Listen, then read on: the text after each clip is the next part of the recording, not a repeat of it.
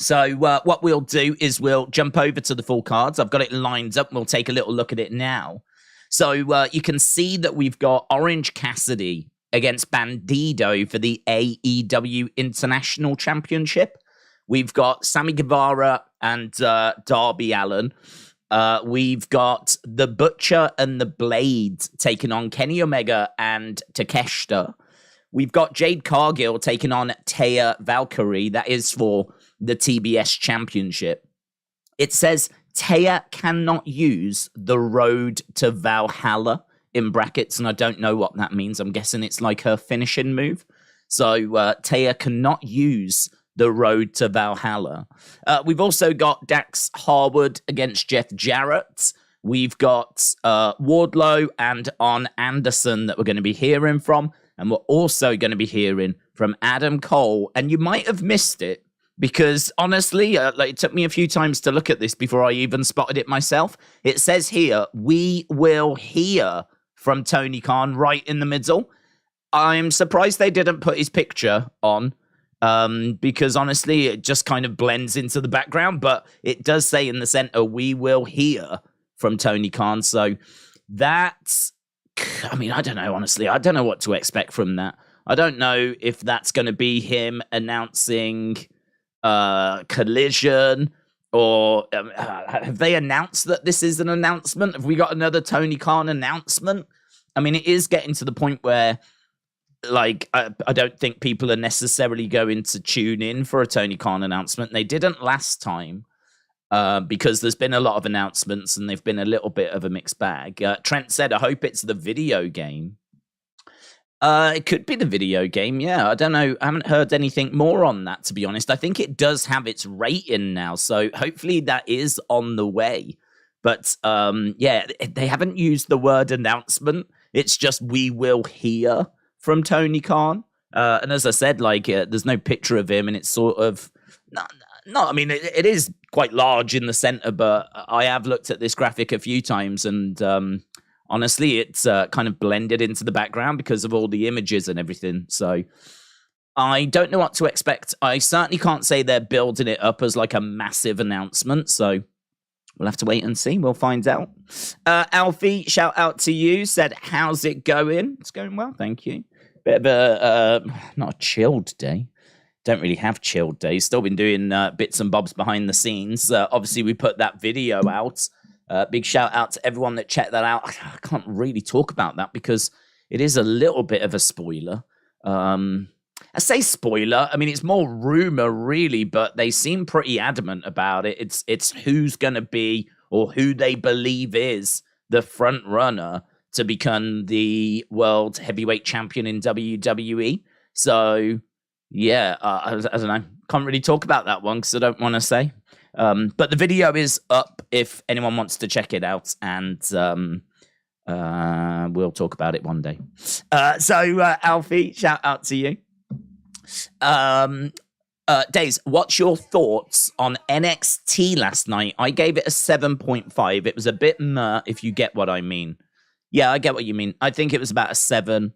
I don't think there was really much in the way of OMG. When we was talking about, was there an OMG moment, people were like, how about Braun spearing Carmelo through that wall? And I would agree, that was a great moment, but I don't think it's a moment that's going to really put it into the... It was a great moment, but it's not the same as Jordan Grace arriving, right? It's not the same as someone from the main roster making their NXT debut and, you know, arriving. It was just a great moment that definitely impressed me. But I can't say that for me really qualified as like an OMG moment. But it was good. It was really good. A few of the matches maybe just didn't quite live up to expectation. I thought Carmelo and Grayson was really good. Really enjoyed that match. Really enjoyed Lyra and Cora.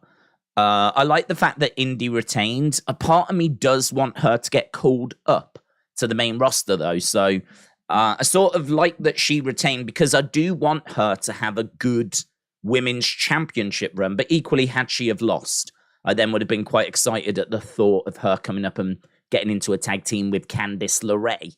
So I suppose, either way on that would have been all right. But we've kept the belt on her. Hopefully she's going to have a good title reign now. Obviously, they're heavily teasing. And when I did my little 1 minute breakdown, which was a bit of a nightmare, I must say the worst ones to do are easily Raw. Trying to summarize a 3-hour Raw in a minute is a nightmare, right?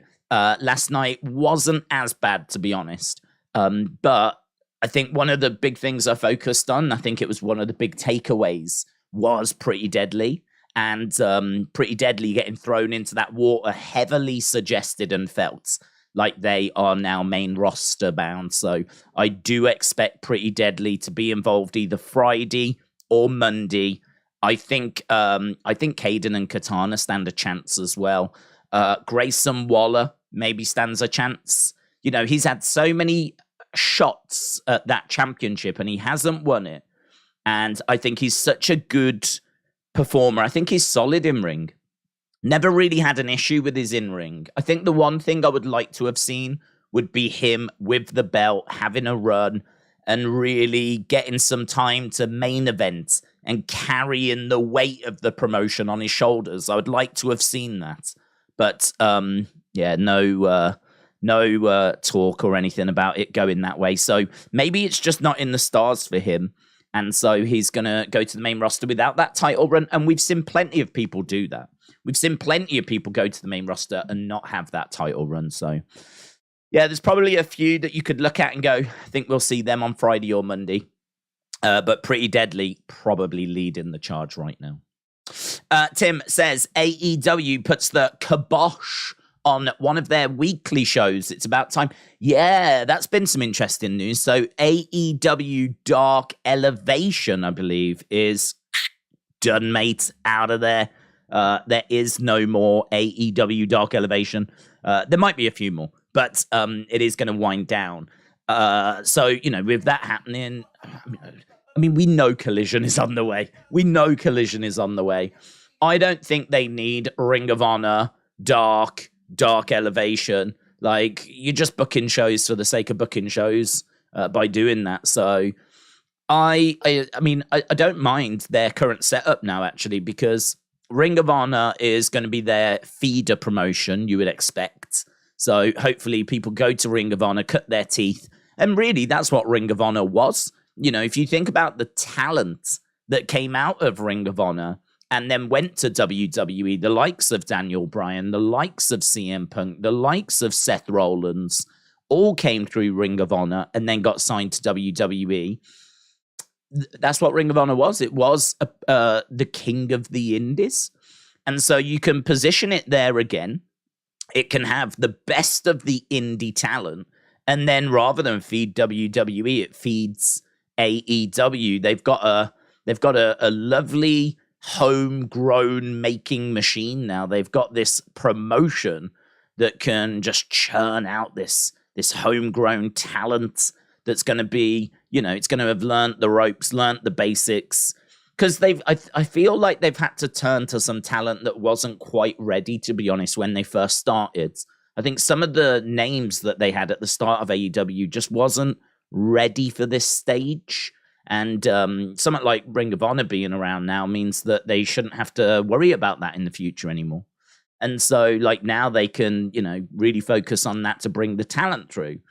If you want to have a look at someone because you don't know if they are worth signing to Ring of Honor, you want to know what their personality is like, you want to know what they're like backstage, you want to know what their wrestling's like, what their promos are like, rather than just signing them to Ring of Honor, put them on Dark against anyone, right? Doesn't really matter. The ratings for that are just irrelevant, right? It doesn't matter if it gets no ratings, right? But it's just a show that people can watch where you could check out some talent that you're interested in and you just don't know whether to sign them to Ring of Honor or not.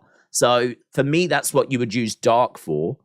And then that gives Dark a purpose. Ring of Honor's got a purpose. Clearly, AEW has a purpose. So everything's just, it makes sense. Don't need Dark Elevation. I can't imagine you're going to look at that many people. So, I think their setup's pretty good at the moment, to be honest. I think it's pretty good. Getting Ring of Honor was a big thing. It's just, Took a while to really get going, but I was listening to Jim Cornette the other day, and he was saying that people have been contacting him saying that Ring of Honor is being booked really well. And people are seemingly really impressed with the booking in Ring of Honor. And there was just a bit of a conversation about how can they book Ring of Honor so well. But AEW Dynamite can be hit and miss, which I don't think is unfair, because I feel like it's hit and miss as well. Sometimes, Jim, they do say things on that show that I don't agree with. I mean, their position on female wrestling, I completely disagree with. And a few other bits and bobs as well. But I do think that we are a bit hit and miss with AEW. In all fairness, we're a bit hit and miss with WWE as well, so they're certainly not alone. But I kind of feel like, from what I'm hearing, Ring of Honor is meant to be a very solid, very consistent show. So, I mean, it's not going to make my schedule, unfortunately, because I'm a little bit busy, but I'm pleased for those that do watch it. Apparently, it's a very good product. Mitchell, shout out to you, bud. Mitchell says Triple H has copied the Tony method with announcements. So Tony will copy the Triple H methods and introduce a new title because no one can dethrone Orange Cassidy. Mitchell, you've nailed it, bud. You've nailed it. We need to start calling Orange Cassidy the Tribal Chief. Yeah, there's a lot of similarities when you think about it. One of them's got a Superman punch. The other's got the orange punch. Like, they're exactly the same when you think about it. Both are quite quiet. Roman doesn't say a great deal. Orange Cassidy, Roman's got Paul Heyman to do his talking. Orange Cassidy obviously doesn't talk a lot. Both are in groups. One's got the bloodline. The other's got best friends. One's got an orange punch. The other's got a Superman punch. I mean, all of a sudden, when you start thinking about it, I'm starting to wonder if they're not one and the same person. So, Mitchell, shout out to you. Loving that comparison. Days, hope you are well. Just wanted to know, are you covering UFC this weekend? Yeah, we're doing UFC. I don't think there is anything else this weekend. To be honest, if there was a big boxing event or something, I would prioritize it. I don't think this weekend's card looks all that great. I know the main event is Yudong, right? I know that, and I know what that means to this community. But actually looking at the card, it's not a card that really gets my juices flowing too much. So I'm just always going to be honest. If I think it's going to be it doesn't mean it's going to be a bad show. It's just, is it going to be a show that's going to really get people interested, really get people talking? On paper, it doesn't look like it is. So, if there was like a big, boxing event or whatever, definitely would have looked at that. But I don't believe there is. I don't believe there is anything. I think it's a bit of a quiet weekend this weekend. And in all fairness, we've had a lot of big events recently. So probably does make sense for this to be a quiet weekend. And we know that we've got Backlash coming up. And we know that we're not that far away from Night of Champions. That's only a few weeks afterwards. So we've got all of those coming up as well. I think there's another big KSI fight on the horizon as well. So there's quite a few things that are on the way soon. So yeah, it's pretty big. We've got a pretty big couple of months coming up. 2023 has had, as we said, a lot of big events. We've had 2 tank fights. Obviously, we've had the Misfits boxing, which has been a big deal. We've had a couple of other big boxing fights. We've had some big UFC shows as well. So yeah, it's been pretty big so far this year. But no, seemingly nothing this weekend. Philip says, for Vince not to like tag team wrestling, he had some great tag teams like the Hart Foundation, the Rockers, Demolition, Beverly Brothers, Natural Disasters. The list goes on. Yeah, to be honest, I don't think like tag team wrestling itself is something that he like despises. I think from certainly what Bruce Pritchard has said on Something to Wrestle With, it's the cost that's the bigger problem. So, tag team wrestling is going to give you some great matches, but so does singles wrestling.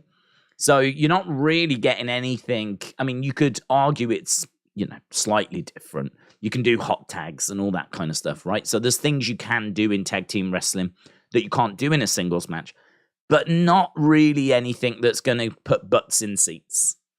I mean, it's hard to build up the tag division to the point where people are going to actually buy tickets to go and see it, right? You've really got to commit to the whole division. You've really got to build up like a fair few teams. And, you know, I think he was definitely looking to do that around the late 80s. And I just don't think, I think he came to the conclusion it just wasn't worth the expenditure. It was just much better to just have, like, you know, focus on those big single stars. I mean, if you think about the people at top in WWE, it's always been single stars. We've never had a tag team be the faces of the company, which sounds mental, doesn't it? Sounds mental if you like, well, yeah, of course. But what's stopping you from doing that? This is, you know, what would stop you from really getting behind a tag team, really building up that tag team division, and having a tag team as the face of the company? What's stopping you from doing that? So, because you could make the tag belts just as important as the World's Heavyweight Championship.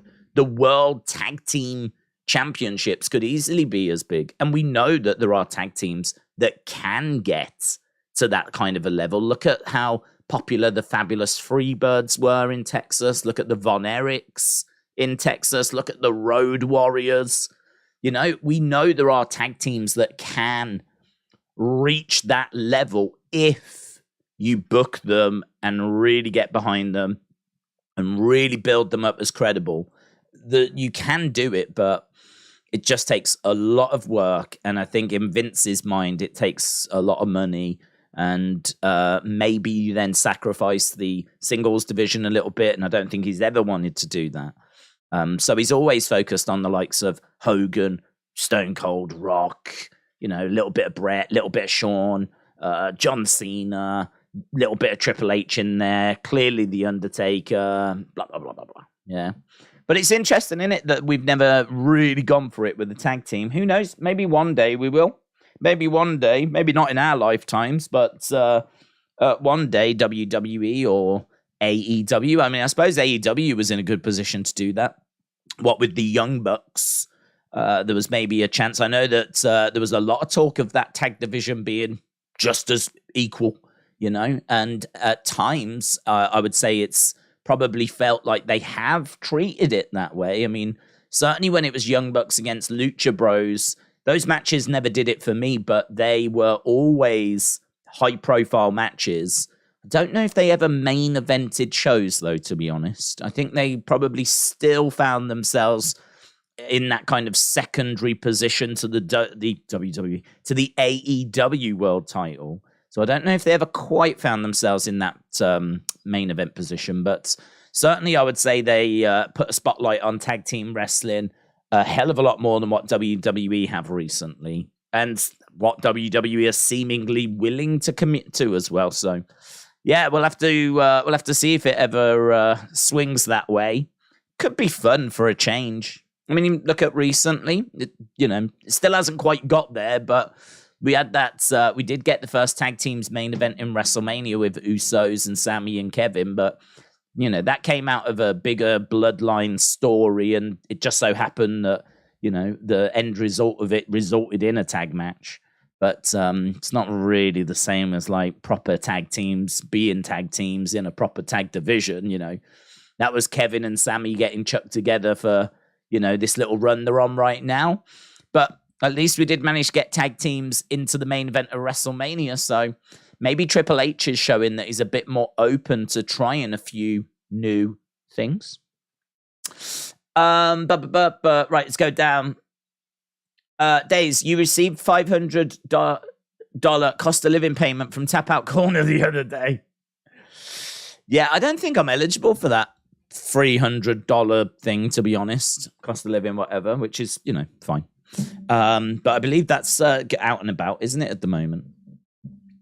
Motor Talk Wrestling said, massive breaking news. Naomi has signed with Impact Wrestling, and she will debut very soon at Impact Wrestling. TV tapings, is that true? Where have you got that from, Motor Talk Wrestling? Is that true? Let me Naomi. 14 minutes ago from Wrestling Inc. With Mercedes Moné making waves in Japan with Stardom. Trinity Fatu, PW Insider is reporting Trinity will debut for Impact. Oh, okay. Wow, hang on. I don't want to say anymore. Maybe she will. Maybe she won't. Is this TV taping or is this happening or happened? Hang on, let me read it.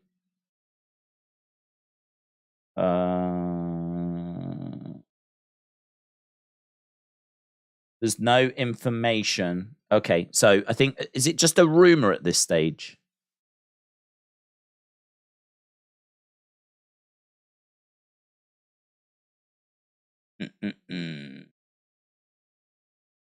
Yeah, well, at the moment, it's just a rumor. So at the moment, we don't know, but it looks like it could be going that way. So the TV tapings themselves haven't happened. So it's one that, like, they believe she could be on her way there. Okay. TV tapings are next week, says James. Okay. So at this point, it's a rumor then that she is potentially on her way to a TV taping. But that's that news coming through 14 minutes ago. Where are you watching in the UK? Is it on Fight or DAZN? It's on Fight, Brian. No. Yes, it's on Fight. It's certainly not on DAZN. In my head then, it was on Fight Pass. I was like, no, hang on, that's UFC. I've got so many different streaming platforms that I jump to. Yeah, it's on Fight TV. Is Zack Ryder still on Impact? I believe he is.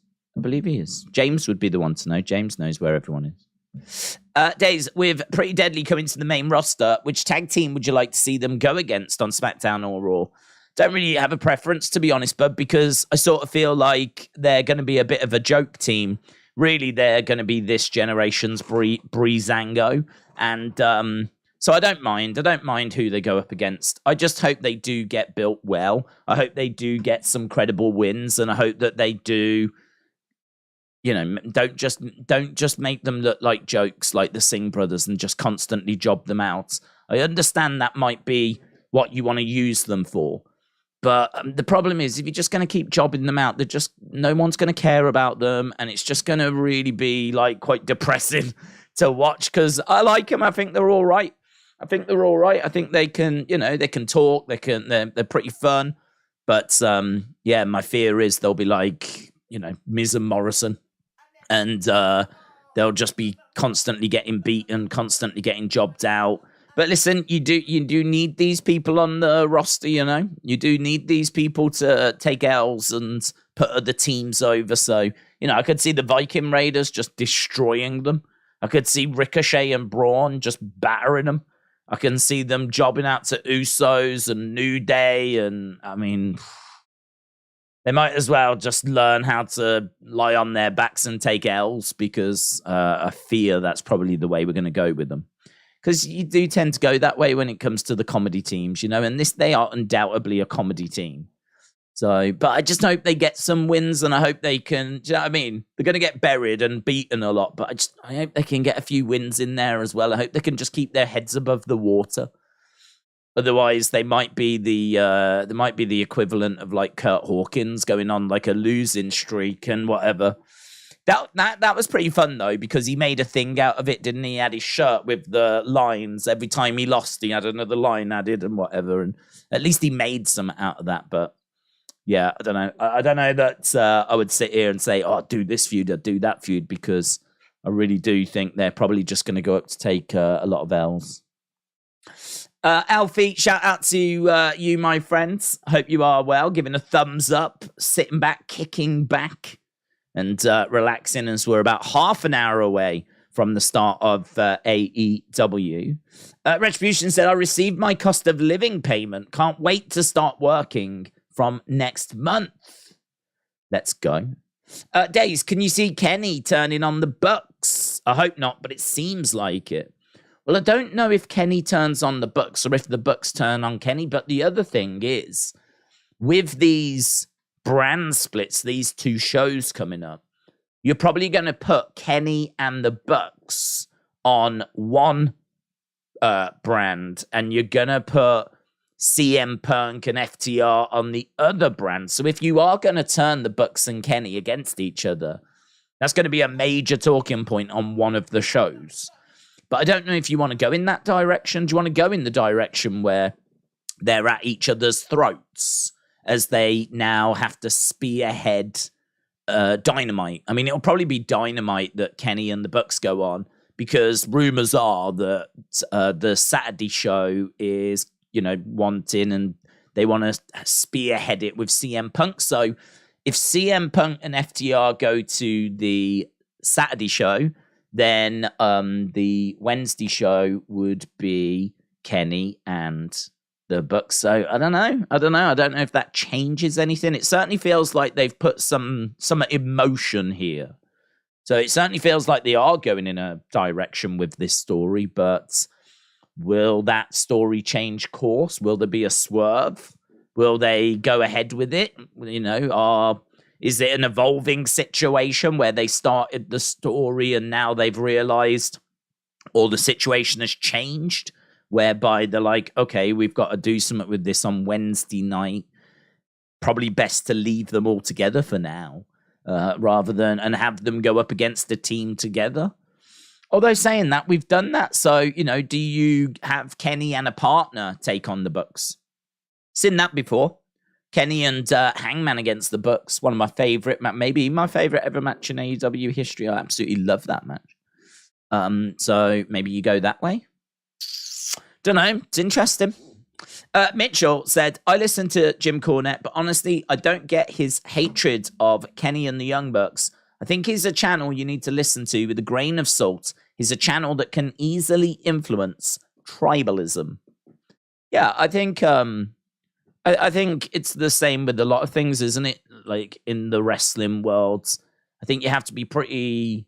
You have to feel comfortable with what you know, what you've seen, what you've watched, what you enjoy, and then you can listen to people like that give their thoughts, and that way, if they say something that you find interesting that might change a perspective that you've got, cool. But equally, they may say something that you might listen to and just go, no, I just really disagree with that. And it's all right to disagree, like, obviously, it's one of them, isn't it? I mean, like, everyone's got their opinions on wrestling, and there will be no two people on this planet that has every single opinion the exact same way, right? What I look for is honest opinion. That's what I want. I want honest opinion. The one thing I can't stand, and it really gets my gears, man, is when people give opinions that are exaggerated or are not honest because of getting views, getting clicks, getting likes, stuff along those lines, right? Really don't like that. And there's loads of that out there. There's loads of stories and things get blown out of proportion just for clicks and views and likes and all of that, right? So, and if, people were being honest, then a lot of things would be reported in a different way, So I enjoy listening to something that's real. I think with Jim Cornette, I do believe that what he's saying is how he feels. I do believe that. Don't believe that he is saying stuff just for the sake of hating, right? Because he doesn't need to, in all fairness. He's made his money. He's not someone that goes anywhere. He is someone that just watches the shows, gives his opinion, and then goes online, talks about it. And I think that he is honest about hating it, to be right. I don't, not a single part of me thinks that he's exaggerating or is lying or anything like that. What you can debate is whether, his criticisms are valid or not. You can absolutely argue about that. But I feel like what he says is what he means. And yeah, I enjoy listening to someone be honest in their criticisms. I said before about Bruce Blitz. I spoke about Bruce Blitz before recently. He was someone that I used to listen to, very similar to Jim Cornette, in the sense of he would give his honest opinion. And I believe it was honest because he used to get so worked up and he was just like raging. And I don't believe he was faking that rage. He used to, really get himself in like quite a tiz over John Cena. He hated John Cena, loathed John Cena. Any time that Cena was on the show, he would be, against it. But like normally Cena would be beating someone and he'd be like, just kicking off. And even though I didn't agree all the time with everything he was saying by any means, there is something very entertaining about listening to someone just be very honest and explain why they don't like a certain thing. And as I said, you won't find anyone on this planet that agrees with you. I won't find anyone that agrees with everything I say either, because we all look for slightly different things from wrestling. And even if you do find someone that wants the same thing, they won't agree with, there's so many variables, there's so many wrestlers, so many wrestling styles, there's so many different directions to book a show, so many outcomes, so many people can be champion. You could agree on absolutely everything, and then you might disagree on this one little thing. And in wrestling, that one little thing might have big repercussions, So you could end up going down completely different paths if you was both to book the same show. If you had the same roster, same wrestling promotion, the ability to book, you could book it. Your friend could book it. You could both completely agree on wrestling. I bet you end up in different places. I bet you end up with different champions, different storylines and everything. Because, it's just, there's so many variables and it's so subjective. So, that's why I enjoy listening. But I listen to him and I listen to Bruce Pritchard. Sometimes I listen to 83 Weeks. Sometimes I listen to the Ric Flair podcast. Like, I go through a few. Normally, as I'm sat here just doing a bit of research or whatever, I'll have a little something on in the background. Sometimes it's not even wrestling. Sometimes it's football, soccer, ESPN guys, or whoever. And I'll always just like listen to bits and bobs. I did start an Audible account and starting to download some wrestling audio books, some good ones. I got the Brian Gerwitz one where he talks about, and he was a writer, and he talks about what it was like kind of behind the scenes working with Vince, talks about the Katie Vick storyline, talks about, he does a lot of work with The Rock now. And so he was talking about The Rock and what it's like to work with The Rock. He was talking about The Rock and Cena storyline, which he played a big part in. So it's really interesting. I mean, there's not really loads I can tell you that I thought was mind-blowing, but there was a lot of like, oh, that's interesting. Oh, I didn't know that kind of stuff. So, I was listening to that. And I listened to loads of bits and bobs, to be honest. It's just a good way to get other perspectives. But I agree, that is an easy way to influence trollism. But I mean, not only that, I mean, you've got, you've got all these little shots that constantly get taken between the companies. So, tribalism shows itself in lots of different ways, doesn't it? But I agree, that is definitely one way that it rears its head. We need to see Lance Archer more on AEW. Do you agree, said Thomas? Sure. Yeah, I mean, they signed him. He's a perfectly good wrestler. I mean, you just got to give him something to get his teeth into, haven't you? So, we do need to see more of Lance Archer. I do agree with that. So, Mitchell, shout out to you, buds. Appreciate the support. I am watching Liverpool. We need to see Lance Archer more. Did you see the new lawsuit today? I did, yes, I did.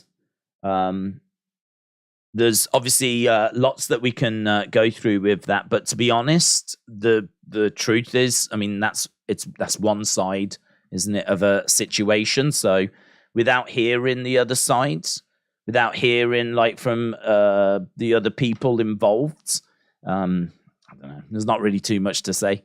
There's loads you can say, and there's loads you can speculate about and talk about, and if what's being accused is true, what does that mean and all this kind of stuff.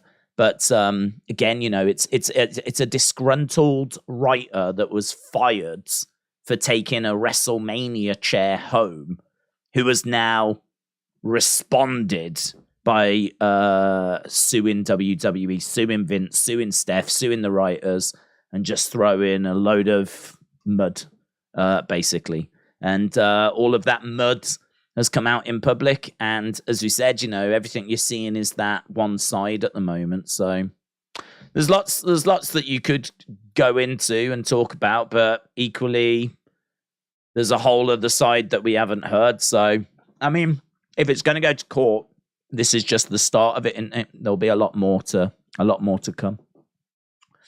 LA Dark Knight said, if you don't like AEW, then please respect all the people that do. The world is a better place with respect. Andre Chase is going to get called up. His tweet made it sound like it, says Aubrey Edwards. I haven't seen a tweet from Andre Chase. Have a little look.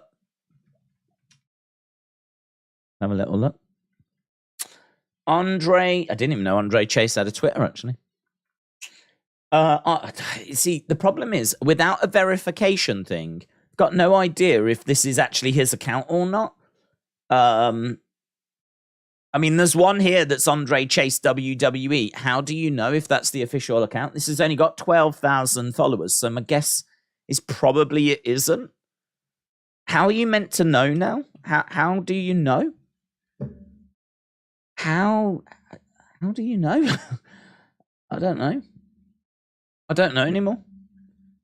See, that's going to be a big problem, isn't it? Because all of a sudden now, if someone like Andre Chase WWE puts a tweet out, how are you meant to know if that is the real account or not? So this is sure to result in fake news. The only way that I can tell if an account is real or not now is by how many subscribers they've got. If you're on WWE TV, my expectation is that you would have a lot of subscribers. This Andre Chase WWE has got 12,000 subscribers. Is that enough? Is that enough? Is this how we have to tell now? Because there's no blue ticks anymore. Like, that's going to be a real problem going forwards. That's going to be a real problem. I just don't know. I don't know. 12,000 subscribers. Is that the official account? I have no idea. Days, looks like you've been to the top of 12 mountains. Thank you. I've not seen you in a long time. What gives? It looks like I've been to the top of 12 mountains. I don't know. Is that a good thing? Do I look healthy? Do I look like I'm well exercised? Is that what we're saying? I'll take it as a compliment. Godfather's Ho said, Days, tonight MJF will turn on Sammy. So it will be MJF and Darby at next pay-per-view. And in that match, Sting will turn on Darby, brackets, perhaps MJF. And it sets up Sting's last match with Darby at Wembley. Thanks. Oh my God, that's the most PG. That's the most PG comment that you have ever sent. Tonight, MJF will turn on Sammy. So it will be MJF and Darby. Sting will... Why would he do that, though? Because he's got an agreement with Sammy, hasn't he? That Sammy wins, goes to the pay-per-view, and then lies down. So why would he turn on him if he's just spent a load of money, which I'm guessing Sammy's cashed because he wrote down that check, didn't he? So I don't know why. I don't know if they did go that way. I would need that explaining, to be honest. Sting will turn on Darby, set up Sting's last match. Yeah, I mean, that's Sting's last match. Sting against Darby. That's a real good shout, that is. I like that. Sting against Darby and it being Sting's last match. He said he hasn't got long left. Him going out and putting Darby over, that could be pretty fun. I mean, it is mental. It is, and we said it at the time, right? It's got nothing to do with any Jim Cornette comments or whatever. Mental that Jungle Boy was allowed to say to Darby, if only people knew what you was really like. Because, I mean, like, he's a babyface. He's a babyface. And the idea that, like, we're all watching this guy and actually behind the scenes is a horrible we got one babyface basically telling us, if only you knew what this guy was really like behind the scenes. I mean, that's got to affect Darby. It affects how I look at Darby. Because all of a sudden I'm like, oh, really? Is he a douche? Oh, don't want to support him now. So all of a sudden you've just poured cold water all over one of your top, and he is a top babyface. They've got him in this Pillars tournament. They've got him out there as one of their top stars, and they just had one of their other stars kill him in a really bad way, right? One thing to verbally dismantle him and beat him on the microphone, but it's a whole other thing to actually bring his personality into question. You know what I mean? Like, I feel like we definitely strayed into a territory we 1000% should not have strayed into. Because it does affect how I look at Darby now. All of a sudden, I'm like, oh, is he a douche? I don't think I want Sting putting Darby over. If it's going to turn out all these stories are going to come out one day of how Darby was just a nightmare backstage. You know, who knows? Maybe he's the male Tessa Blanchard, just a horrible bully backstage or something. I have no idea. Jungle Boy certainly wasn't impressed. I know that much. Dead Man Talking said Elon could make money by adding customized checks and having businesses buy them for their people. Could make money by adding customized checks. Well, I mean, you can buy a blue tick. I mean, yeah. If you're a company, there are gold ones, aren't there, for businesses? I don't think they've figured out what to give individuals, though.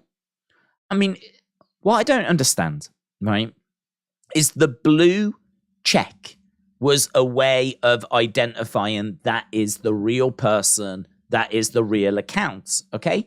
That is a system that seems to work fine. Now, I know he wants to start Twitter blue, and he wanted to start getting people to pay for Twitter, okay? Why not just make that a different color? Why not just make that a different color and have that as, I don't know, purple? Just like, if you want to post longer videos and you want your tweets to be seen, because we're going to prioritize those people that subscribe, right? And that started apparently. So if you go on Twitter a lot and you like your tweets to be seen and you want your tweets prioritized, maybe you upload videos, you'd like to upload some longer videos as well. And, you know, I'm sure there's other perks. Then sign up for Twitter purple, right? Or whatever. Twitter lavender, whatever, right? Whatever color. Why did it have to be the blue one that was already in use? Why did it have to be that? Because now we've got rid of the blue check marks away from the verified accounts, and now we ain't got a clue who anyone is. And all this is going to do is cause a flipping nightmare, because now we're going to have so many people coming onto the channel in the chat going, have you seen that such and such has said this? And then we'll be like, we'll check it, and they'll have 100 followers, and we'll be like, that's not the real account. And that's what we're going to have to put up with. Who's the real victim of this? It's us, because there's going to be plenty of that happening. I've got no doubts. Because already, because they took it away the other week, didn't they? And apparently there was already loads of fake accounts that started spewing fake news, and all of that was doing the rounds. Apparently there was something quite serious as well about some dictator. Apparently it was announced they'd been murdered, and that was from a fake account. And so the real account had to come out and say that wasn't true or something. I saw it on the news. I mean, I didn't get the details. But yeah, apparently it's already started happening where these fake accounts have popped up and started spreading like this fake news. It's going to be a problem, man. It's going to be a problem. Days, help me decide between Carmelo Hayes or Montez Ford, says versus Sean. For what, buds? For what? Who your favorite should be or what? I mean, I think they're I think they're both great talents. I feel like Montez might have a little bit more size-wise, and he's certainly got experience, main roster experience. Been involved in a lot more high-profile matches. So, I mean, right now, if someone was to say you got to choose between one of these, I'd take Montez. I think the other thing as well is Montez has got that relationship with Bianca, which is just money, man. That is money. Because you can have them in mixed tag matches. You can use Bianca as a way to get at Montez. And equally, you could use Montez as a way of getting at Bianca. A bit like how we saw them using Britt to get at Adam Cole the other week. So, I mean, that's just another element. It's just another dimension that's not there at the moment for Carmelo. I mean, I suppose you could get at Trick Williams, but I mean, it's not really the same. So, yeah, for me, if I had to choose right now, I would say Montez. But who's going to go on to have the bigger career? Who's going to go on to be the bigger star? I mean, who knows? I mean, they're both great in-ring talents. There's so many variables. I don't think there's a way of predicting that. Because who's going to get given the better storylines? Who's going to get given the bigger pushes? Who's going to be given the nods? I mean, you'd have to look into the minds of the current creative team to know which way they'd go in that kind of direction. So all you can say is that right now Montez has got that more experience. He's got that relationship with Bianca. He's been on the main roster. We know that he can cut promos. We know that he's a great in-ring talent. We know that he's got a connection with the audience. He's already shown a lot of things that you would look for. And I think when it comes to Montez, we're just waiting really for him now to have that solo run. Like, I think there's a chance the Street Profits split. I'm not saying they're going to in the draft, but I think there's a chance that they split. And then we go, start putting our foot down, start moving ahead with Montez. Days, if Roman on SmackDown Friday, do you think he will say something about the New World title? Yes. If he does try to go after the title, he won't. Will Triple H stop him? Yes. From getting it? Thoughts? Yes, he will. I think he will talk about it because I think it's something that he will feel is a double-edged sword. First of all, it is, proof that he is the guy because they've now had to come up with another belt because no one can get these belts off him. So he can gloat about that. I don't think WWE are going to appreciate him gloating about that too much, though, because we've said before, it does position that belt as a B belt, the runner-up prize, right? And WWE are not going to want it presented that way. So I think there might be a cheeky little line in there, but that is not a drum I think he'll bang very often because I don't think that's a drum WWE are going to let him bang very often, if at all. So, yeah, the fact that there's a new belt being created because no one can get the other ones off Roman, it absolutely is something that he should mention, reference, right? But it's not something that he can continually reference. And then, that's it, really. I mean, he can't. It's annoying because there's going to be another champion. There's going to be someone else that's going to run around calling themselves the man, calling themselves the face of the company, thinking they're the big I am, right? When the truth is this belt has been created because no one can get the one off Roman at the moment. So it's a double-edged sword, really. Roman can use it as a way of saying, they're having to now create titles. But then equally, I can see him being annoyed because someone else is going to run around claiming to be someone else is going to run around claiming that they are the WWE World Champion, and there's nothing Roman can do about it. So Roman, I think, will have mixed feelings on this because on one hand, what a compliment. No one can get this belt off you. It's come to the point where we have to create a new belt. Wow. What a compliment. But then equally, you're now allowing someone else to run around as world champion and there's nothing I can do about it. Annoying, right? So I think he'll have mixed feelings on it, but there's no way he'll be allowed to go for it. Triple H has already said, and we know the reason why they're doing it is because the networks want world titles on both shows. I mean, to be honest, this just seems like a crazy way of doing it, because why not just have him defend one of the belts on Raw in a multi-person match where someone pins someone, he doesn't get pinned, he doesn't take the loss, but he does lose a belt, he does lose a title. I mean, unless their feeling is that would make him look weak, but I don't think it makes him look weak. Not if he loses it in like a fatal 5-way or something like this, you know? I don't think that makes him look weak at all. So it does seem a bit mental that we're just introducing a brand new title out of nowhere. Just so that we can have a belt on Raw or SmackDown or whatever the opposite show to Roman is going to be. 3, Triple H announcement didn't pop a higher rating. The belt was just damage control for botching the Cody match and not splitting the titles month ago, says Greggy. Yeah, that's an interesting point, actually. I didn't see the rating. What was the rating? Raw rating. In all fairness, what I would say is, so it did a 1.8. They didn't announce the Triple H announcement. Oh, I didn't see it anyway. The official preview didn't have that announcement. So yeah, I don't know. I can't say I blame them for. I can't say I blame the belt reveal for the poor rating, because I don't think really they made a big deal out of it. We didn't know like a week in advance there was going to be a big Triple H announcement. We didn't know that, like even before the show, if you watch the official preview for Raw, they didn't mention it.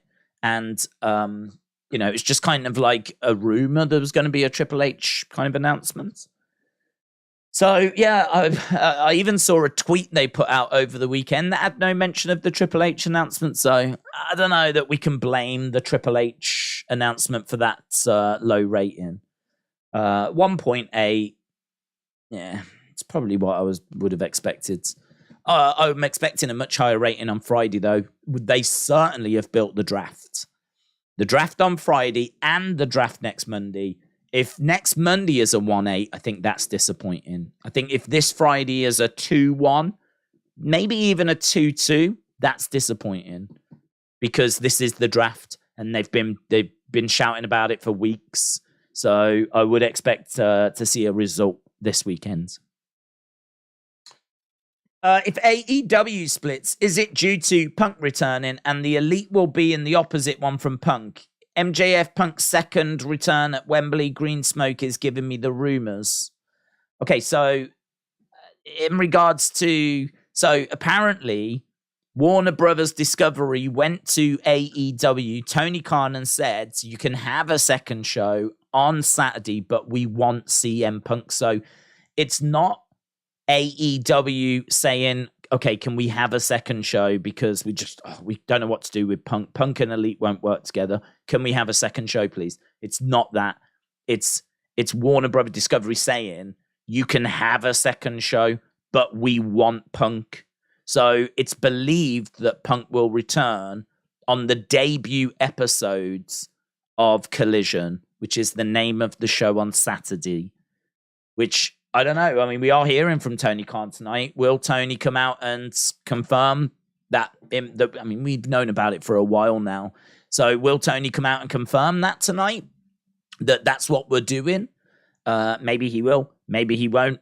We'll have to wait and see. But that's the direction it's going. So the belief is that CM Punk will debut on the debut episode, which I think is, if they said June, I think they've said June.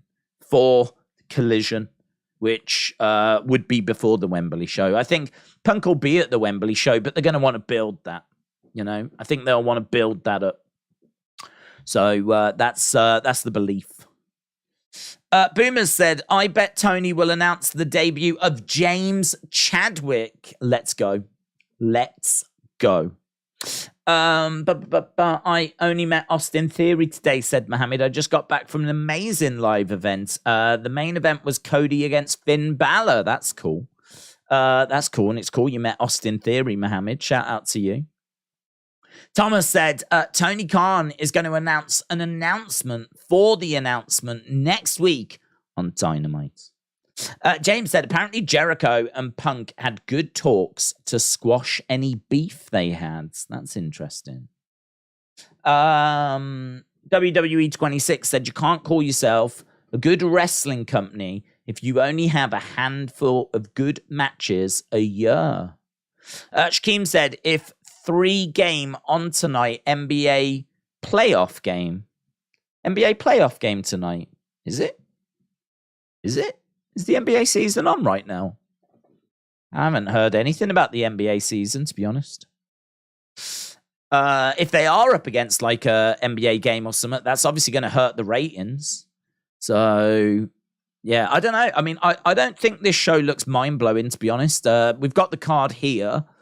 Orange Cassidy against Bandido. I mean, we've seen quite a few Orange Cassidy matches in recent weeks, so I don't know that that's going to really... I mean, I'm not expecting Bandido to win that. Sammy Guevara Darby. I mean, that'll be interesting, definitely. Dax Harwood, Jeff Jarrett. For me personally, I'm not a big fan when tag teams do singles matches, so, you know, I'd much rather see FTR defending the AEW tag belts, for example. So not sure about that. Jade Cargill against Taya Valkyrie. I don't know that Jade Cargill really is a needle mover, but she's certainly a long reigning champion. As we said, when she does lose the belt, that will be a talking point. Don't think it's going to be here, though, against Taya Valkyrie. Butcher and Blades. I mean, when's the last time we've seen them in action? Taking on Omega and Takeshita. We're going to hear from Wardlow. We're going to hear from Adam Cole. We've got that big announcement from Tony Khan. So, yeah, I don't know. A few weeks ago, we looked at the card. It looked really solid. And it looked like a really, really solid card. And to be honest, the rating they got was not that strong. I think they've kind of got to the point now where they sort of know that with the roster they've got, they're just going to get 850. 850 just seems to be the number. They've tried quite a few things. It's not that they're not trying, but it's weird. Even when they just put on a show that's, you know, looks all right, they still get about the 850. So I would still expect this to get about 830, 820 tonight, even if that card doesn't look the most mouth-watering in the world. So I don't know. Perhaps they've got a few things up their sleeves. Perhaps they've got an idea of like, well, you know, CM Punk's coming back. The new Saturday show is going to launch. We can do some fun stuff as we build towards the brand split. I mean, there's going to need to be a draft episode if we're doing a brand split. So Tony might have focused on like things that are coming. And maybe he's just not so worried about where we are right now. Because in all fairness, he's got some big stuff on the way. They're doing Forbidden Door. They're doing the Wembley show. We've got a brand new Saturday show. So we're going to need a draft. CM Punk returning. Maybe he's managed to secure the services of Mercedes Moné. Don't know. So you could probably understand him looking at like a few shows at the moment going, not that will do, but that'll do. That'll do. That'll be all right. That'll get us through this week type situation because we've got plenty on the way. Right, I think we're going to be starting with Orange Cat, freshly squeezed Orange Cassidy. So we have started with some big promos recently, but that's not what we're doing tonight. Looks like we're going to be opening with Orange Cassidy. So Orange Cassidy is making his way down. So Orange Cassidy going to be in action against Bandido. Bandido. Boom. I'm getting a bit bored with Orange Cassidy's weekly matches, says Bryson.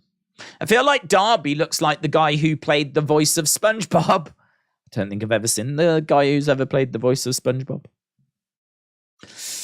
LA Lakers Memphis is big because LA is the biggest NBA team ever, said Mr. Dell Jr. Are they? Is that a thing that's happening tonight, is it? Genuinely haven't heard. Deadman Talking said, James, Tony Khan locked himself in his room and he took her back to his door just like the jilted lover he is. Oh. James, shout out to you. I was waiting for a Tony Khan tweet on Monday calling Punk a fraud, just like he did with Ariel Helwani. That'd be good, wouldn't it? That'd be brave, considering he's got a whole second show on a Saturday that's resting on his relationship with CM Punk. Yeah, very good. In fact, Ariel Helwani could have had fun with that, couldn't he? Is CM Punk a fraud, Tony? Tony, is CM Punk a fraud? Just ask him for a friend, Tony. Sexy Undertaker is it? With an Undertaker hat on. No jacket though, showing off the guns. Not the tag team. Right, we're about to get underway with our first match. Tony isn't happy with Punk, says Bryson. Well, from what I've heard, CM Punk went backstage, spoke to Triple H, asked if he could just stick around backstage for a bit. Triple H said, I'll have to get permission. I don't know if he called Vince or whatever, but came back and said, I'm sorry, but I can't get it authorized. And then CM Punk had to go. So, but apparently there was no incidents or anything. So I think that was from the Observer that mentioned that. NBA playoffs have been going on for the past few weeks, says Kirby. Oof. Haven't heard a whisper. I mean, in all fairness, it's not a big deal over here. You won't flick through the channels and stumble across it. Maybe it's on like a sports channel somewhere, but I mean, it's just not a conversation.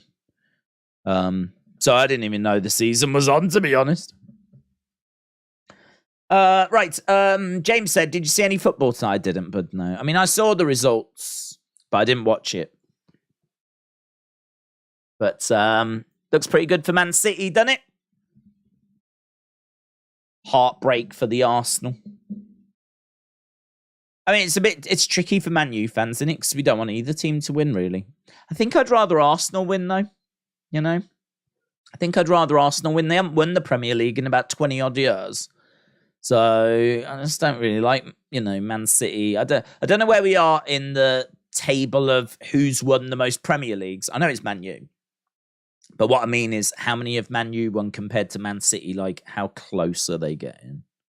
That's what I don't like. Plus, also, got to start worrying a bit about the treble, ain't you? So, okay, we've got Orange Cassidy putting Bandido's hands in his pockets. Bandido picks him up, and down goes Bandido. Bandido goes out the ring. Orange Cassidy against the ropes. Puts the brakes on, puts his hands in the air, and puts his hands into his pockets. There we go. I can't be the only one that's getting bored with Orange weekly matches now, says Bryson. But I like Bandido, said DJ Corrupts. It was a head security guard who told Punk to leave, Vince. WT said. WT. Who's WT Tahil? WT. Wrestle Talk? That is something that had been reported, but I don't know where it came from. Wrestle Talk would have got that information from somewhere. I don't believe they have sources themselves, so I believe they get their information from Sean Rossap, Dave Meltzer, Wrestle Votes, Pro Wrestling Illustrated. I think Cultaholic, Wrestle Talk, all of those kind of places tend to get their information from the same place. So that was reported, but I don't know where it was reported. But later on, Wrestling Observer said that Triple H told him that he couldn't get the authorization, and so he ended up going. Now, whether there was a security guard there to ensure it happened or not, I wasn't backstage. I don't know. August 27th, all in London. I'm still waiting for that top 40 now. Oh, my God. Top 40. Is this what? This list of people to win it? There's no point doing a list, to be honest. Not with Not until the draft's done, because the only people that are eligible are the ones that get drafted to the other brand, to Roman. So what's the point in doing a list now? Because they might go to the same brand as Roman and then they're not eligible anyway. So put the brakes on. Calm down, dear. Calm down. Edward said, I've seen the wet poll. Congrats to Patrick. I feel like there's a bit of favoritism. Biasedy. Hey, we're Biasedy and this is our new album. Primal Scream. Biasedy.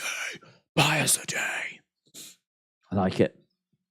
But my happy birthday moment got me the greatest WEP member ever. I'm the first WEP Hall of Famer. Edward, shout out to you. I actually haven't seen the result yet. Right, at the moment we've got Orange Cassidy. It's a stretch muffler being applied at the moment by Bandido right in the middle of the ring. Orange Cassidy trying to get over to the ropes. And grabs a hold of the rope, and Bandido releases the holds. Referee comes over just to check. I can't see this keeping people around. Seems like such a weird match to open Dynamite with. I mean, it'll be really interesting. Bandido goes over the top, lands on top of Orange Cassidy.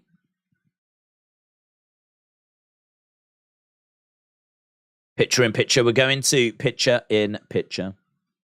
The purple elephant dancing on top of the rainbow whilst playing the accordion with a slice of pizza. Coach Co, are you okay? Is everything all right, bud? What you on about, mate? Bryson said, today Orange, next week Orange, him weekly in the opening this whole year. Bandido is a phenomenal talent. He did the right decision, in my opinion, signing for AEW ROH. They suit his style better than WWE, says James. I need Bandido to win, or I don't care about any of this, said Brutal Tittles. Titties. Brutal titties. The best kind of titties. Mohammed, will the Saturday show have a world title? Don't know. Haven't heard anything about that. I mean, that's a good question. If you're doing a brand split, you either have one champ that goes between both brands, which, if that is going to be CM Punk, is he going to want to be around the Elite? Is he going to want to be around those guys? I don't know. I would think not. So I don't know. It might be that they do have two world champions. Alfie said, "I ain't got anything to say. I just want to do it anyway." Ba ba ba ba ba ba ba ba ba ba ba ba ba ba ba ba. Oh, Bandido. Oh no, what? Looks like a good show. Nearly done, getting there and done. Bar looks like a good show. Huh? I don't understand what the hell you're on. I thought you meant Bandido. I was like, do you mean Bandido? You've put Bar. I mean, it's close enough. We might have worked out that you meant Bandido, but now I don't think you mean Bandido, so... WWE Gareth, can you stop spamming, please? I'm not going to time you out yet. Yeah, look, Top G is like, is everything all right, Gareth? Is everything all right? WWE Gareth, can you stop? I mean, I can easily time you out. So, I mean, we're not really getting anywhere, are we?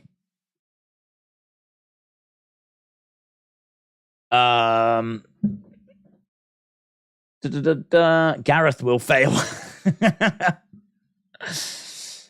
Stop spamming. Why does it feel like the same opening match every week?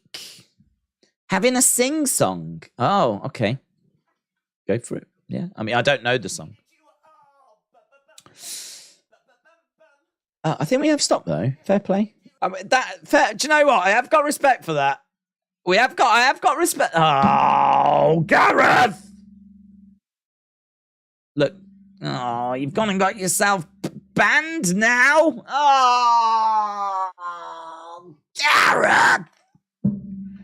You would have thought I would have timed you out, but you showed me up in front of my friends. I'm such a forgiving person. I'm so great. I'm such a great person. I sat here. I let you do the spamming. And then I asked. I was nice, wasn't I? I was. And I was like, come on, let's not do that. Let's not do that. It's silly, isn't it? Now you've gone and got yourself blocked by me. So if you get in touch going, oh, someone blocked me, I'll be like, yeah, it was me. Because you're a douche. Silly Billy. Silly Billy. If you hate a product, why would you come here hate watching? I don't get it. I don't know. I don't know. Do you think they go, do you reckon WWE Gareth goes around to other things as well? Like kids watching Thomas the Tank. Thomas the Tank will fail. All right, Gareth. Just because you don't watch it. Jeez.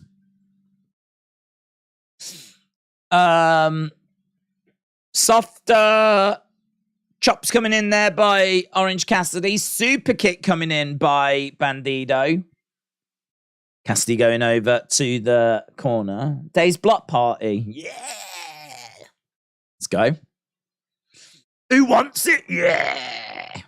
Oh, I feel the power running through my veins now. Bandido getting smashed face first in the corner. Bandido goes down. Bob the Builder will fail.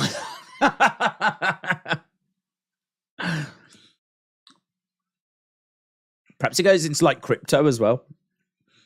Blockchain will fail. Bitcoin will fail. I love the idea of WWE Gareth just going around to any live stream and whatever they're watching or talking about, they're going to fail. Unless it's WWE, of course. Perhaps he goes in WWE as well. Perhaps he goes into WWE streams as AEW Gareth. WWE will fail, says AEW Gareth. I love that. Oh, man, that's good. That is good. Mattel will fail, says Jazzwares Gareth. And then he goes into Jazzwares live streams when they're showing off their new products as Mattel Gareth. Just always the opposite. Always the opposite. In all fairness, if he was doing that, I would welcome him back into this community. I think if you are going to hate on stuff, then if he's going to go around and hate on everything, I think we can accept that a lot better, can't we? We could accept if you tell me that if you went into a WWE live stream and you saw AEW Gareth saying that WWE would fail, you would go, fair play. Fair play. He's committed. He is definitely committed.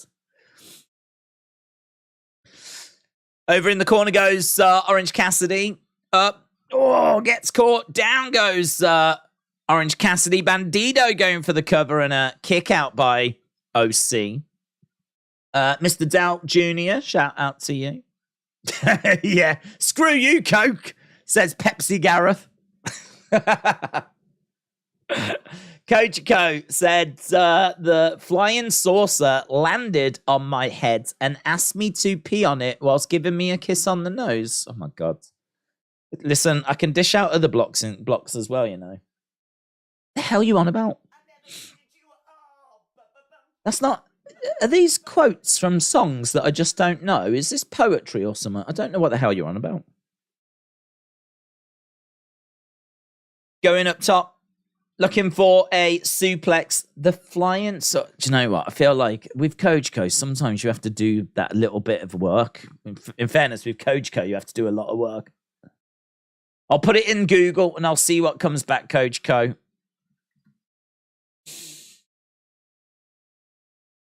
Is it lyrics? Is it Taylor Swift lyrics? Is it Taylor Swift lyrics? I don't know. Down goes OC. Bandido going up top. Frog splash there by Bandido. 1, 2, shoulder up. I tell you what, people are into this, though. Crowd are making some noise. That is some trash poetry, if it is. Yeah, Coach Code. Did you write that? It's trash. Is that your poetry? It's garbage. The flying saucer landed on my head and asked me to pee on it whilst giving me a kiss on the nose. I don't even get it. I don't understand. It doesn't even feel like it's song lyrics. Gets ropes goes Bandido. Orange Cassidy over the other side. Up in the air. Comes down. Was that an orange punch? He's got Cassidy up. 1, 2, 3. And it's over. It is over. Forget about it. Freshly squeezed Orange Cassidy retains.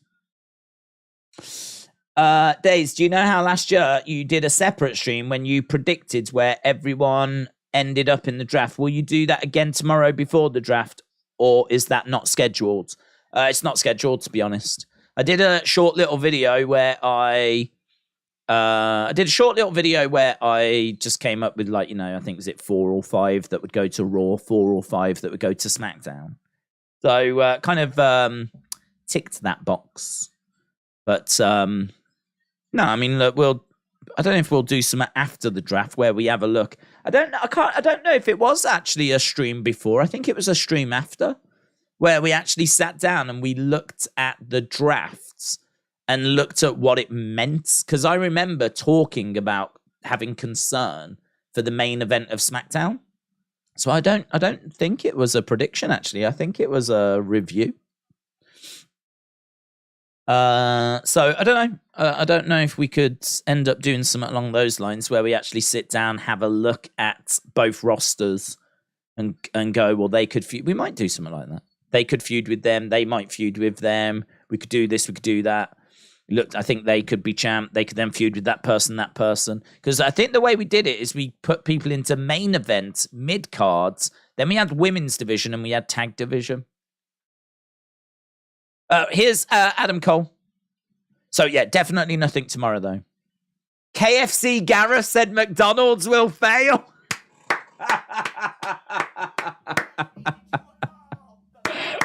Yes. Yes, KFC Gareth, McDonald's will fail. Brilliant. Well done. Oh, I think, why am I clapping? I can do noises, can't I? Hang on.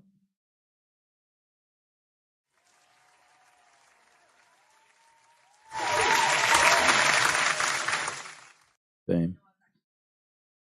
Well done. Very good. Very good.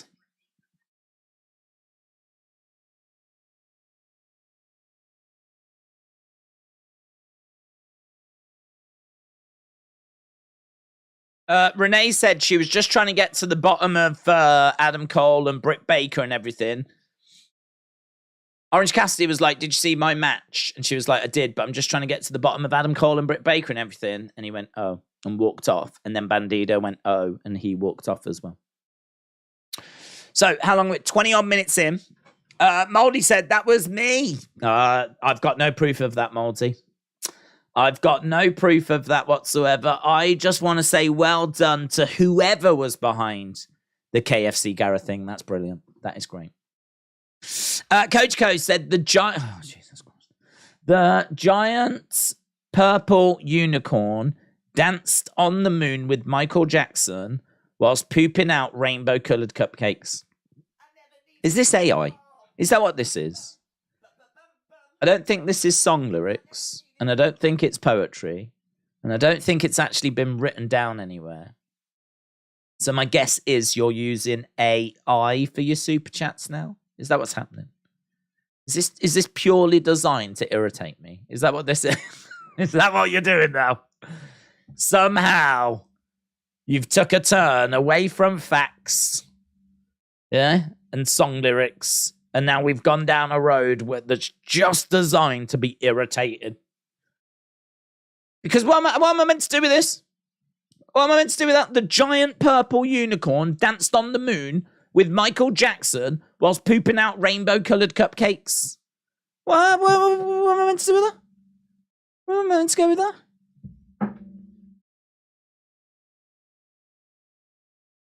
That is a dead end. That's what that comment is. It's a dead end. Although, I am thinking about rainbow-coloured cupcakes, and I am thinking, what flavour would they be? Do you have flavouring on the top? I think you do, don't you? Like, if you get, like, strawberry... You get strawberry cupcakes, then the top tends to be, like, pink, red. Lemon tends to be, like, yellow. So does that mean that if it's rainbow-coloured, it would be lots of different flavours? It might just be vanilla. Might just have food colouring, mightn't it? Might not actually be flavoured. But would it work if it was flavoured? Imagine biting into a cupcake that had a bit of, like, different colours, and each different colour was a different flavour. That might be pretty good. That might be... I'm just saying, actually, it might not be a dead end. Might not be a dead end. Might be something in it. Might be a whole business. You could have, like, flavours that really... like, 4 or 5 flavours that really complement each other. That'd be nice. Coach Co, you should do that. Open that business. Leave me alone. Taste the rainbow. Yeah. Taste the rainbow. Right. We are back with Jungle Boy and Darby Allin.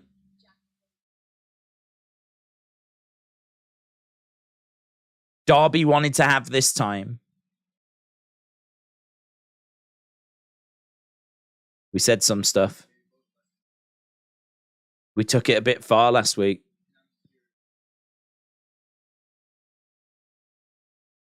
We don't have to like each other. Are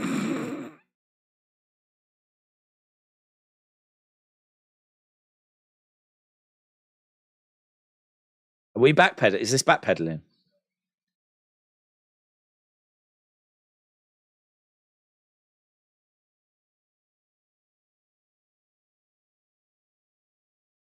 I think you're right. You said some stuff that went a bit too far. You and I are not really the best of friends.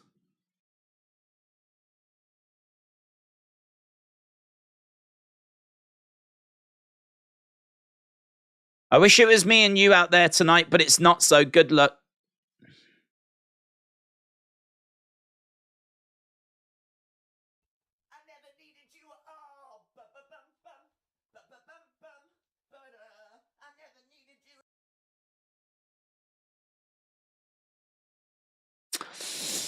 Mitchell said, in the US, we call rainbow ice cream Superman.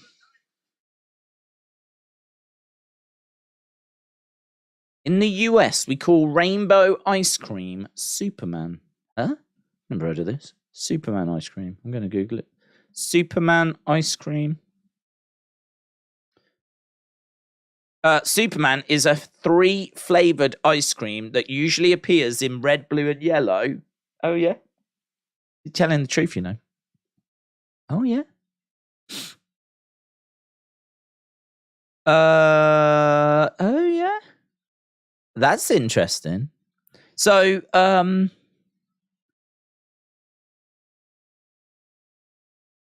Hershey Creamery Company have got one that's called Superman, and that is Blue Moon. What the hell is Blue Moon? The hell? What flavour's this? Blue Moon. What the hell is Blue Moon? Blue Moon, strawberry and banana. Perry's ice cream have got one called Superhero. That's blue raspberry, cherry bubblegum, and lemon. There's actually a Wikipedia page. There's loads. United Dairy Farmers have got one that's called Super Moo. And that's blue vanilla, cherry, and vanilla. And each colour is a different flavour. We don't have this. I've never seen this.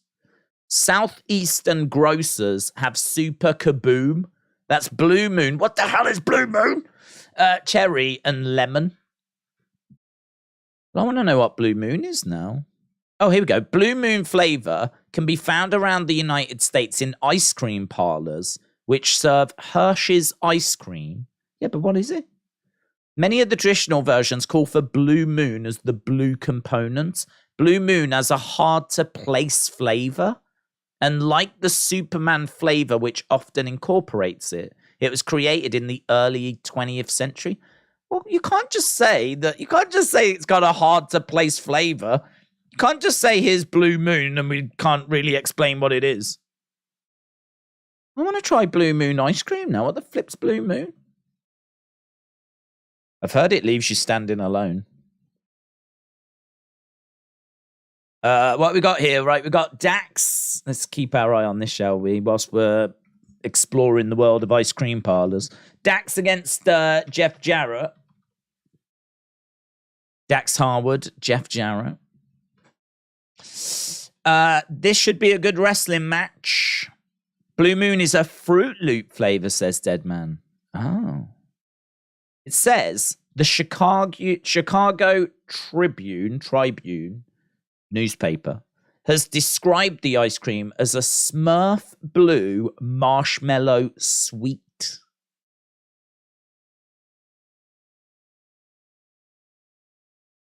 The variety of Blue Moon in color and flavor.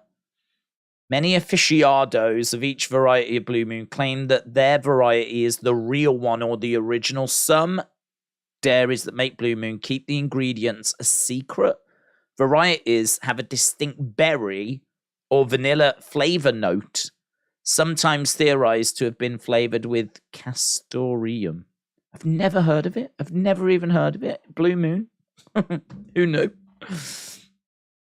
No, it's blue. I mean, it is a blue flavor. And then you can get a Superman, which is where they take vanilla, Blue Moon, and something else, mix it together. Do you know what? I mean, all of this has come out of Coach Co's comment. So what I thought was a dead end has actually turned out to be quite a journey. I've now discovered a new ice cream flavor I legit have never even heard of. Thank you, Koji Co. Thank you. Thank you as well, Mitchell. Well done, everyone. Well done. I feel like we did actually get somewhere. Might not have been anywhere good, but, you know. Blue Moon is wheat beer with a hint of citrus, says Esteban. Have you ever heard of Sudan in Africa? They have a lab, I hope, not like COVID's. What? What? Is there another outbreak of COVID, are you telling me? Blue Moon is Manchester City's theme, said Donut King. Oh, yeah, it is, isn't it? Don't like it anymore. No. Chop coming in by Dax. They should. Do they sell it at the ground? Oh, my. Do you imagine if Man City don't sell Blue Moon ice cream? Someone needs to get some Blue Moon ice cream and get to Manchester quick, because you could make serious money. Serious. Because that's their theme song. And they're one of the biggest football clubs in the world. So if they're not selling Blue Moon ice cream, get a tub, get to Manchester, because you can make serious bang. Let me tell you. Blue Moon, get your Blue Moon ice cream, celebrate Man City winning the Premier League with your official Blue Moon flavored ice cream. Oh my God. Oh, Jesus! Oh, no! WWE Gareth would... Hang on, I'm not going to block you, WWE, but do you go into WWE streams saying that, as AEW Gareth, saying that WWE will fail? Please respond, Gareth.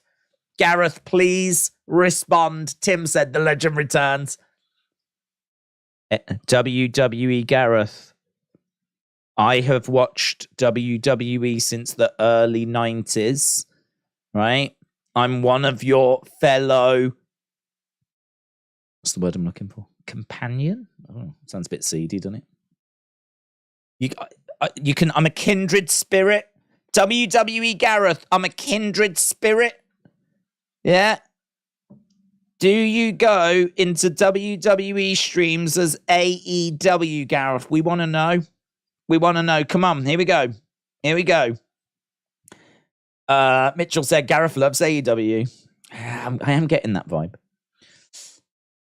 We're just spamming the same thing, aren't we? We are just spamming the same thing.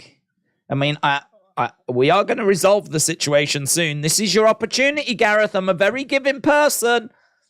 I'm a very giving person.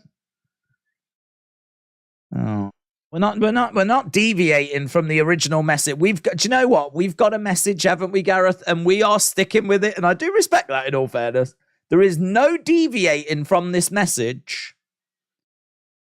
Come on, Gareth. You can. Come on, Gareth. You've got people's attention. You wanted everyone, Gareth. You wanted everyone's attention. Hey, Gareth. Why is AEW gonna fail? Here we go. Here we go. Come on, Gareth. You've got everyone's attention now, bud. Why are they gonna fail? Come on, give us some. Open our eyes, Gareth. Open our eyes. Why is it gonna fail? Oh my God, you've got my attention. Why is it gonna fail, Gareth? Come on. Come on. Yeah, okay, we've got your message, but why, Gareth? Come on, give us something more, Gareth. Give us something more, Gareth. You can... I tried so hard, man. I mean, no one can accuse me of not trying. I tried everything. I tried so hard. And then William Hensey was like, nah, forget this. William Hensey was like, done. In my mind, William Hensey was enjoying his Blue Moon ice cream and he had it all round his face and he was like, get rid of that. And he went right back to it. God bless him. Oh, I tried. It's what it is, guys, you know. William, shout out to you. He wants more attention. Yeah, but he had our attention. I don't understand. AEW will fail! AEW will fail! Okay, why? AEW will fail! Yeah, but why? AEW will... Yeah, but, you know, you want our attention. You've got our attention. So what you got to say? AEW will fail! Work. Well done. Well done. It's a great message. Very well delivered. Shot coming in by Days is so insecure. He has to double check things. Absolutely. What was I double checking? The Blue Moon thing. I wanted to know what it was. That's what I wanted to know. Wonder if WWE Gareth is from Twitter. Don't know. Is there a WWE Gareth on Twitter, isn't there? Why, Gareth? Why? I just want to know Gareth's favorite. Oh, good luck getting that answer. Good luck getting that answer. What's your favorite food, Gareth? AEW will fail. Oh, is that a food, is it, Gareth? I don't think so, Gareth. Can't go to the supermarkets and buy an AEW will fail, can you, Gareth? AEW will fail. Gave him a platform, gave him an opportunity. And do you know what? He let himself down, didn't he? Let himself down. We're still underway with this match. Maggie said, you're just being professional. Thank you. I feel professional right now. Alfie said, what's going to fail? I didn't catch. Summit was going to fail. I can't remember. I don't even know if he said Summit was going to fail now, actually. I can't remember the message. If only he'd been clearer. If only he would just stick to the point. Yeah, I can't remember. Big strike coming in by Dax. We're on the outside of the ring. Been a weird show, this. It's been a bit weird. We've had opening match. I mean, so far we're 40 minutes in. We've had 2 matches. I mean, it's been very wrestling focused. No real promos. Little backstage thing between Jungle Boy and Darby. But the purple elephant. Oh, Jesus. No. Going on today? What is that? I don't know what's happening. I'll read it. The purple elephant tap danced on their feet and then banged their trunks against the rainbow-coloured walls while singing opera. I don't even know. I don't even know what's going on. I mean, at least WWE Gareth just keeps saying the same thing. With Kojiko, it's nonsense, but it's different nonsense. I don't even understand it. At least I understand WWE Gareth.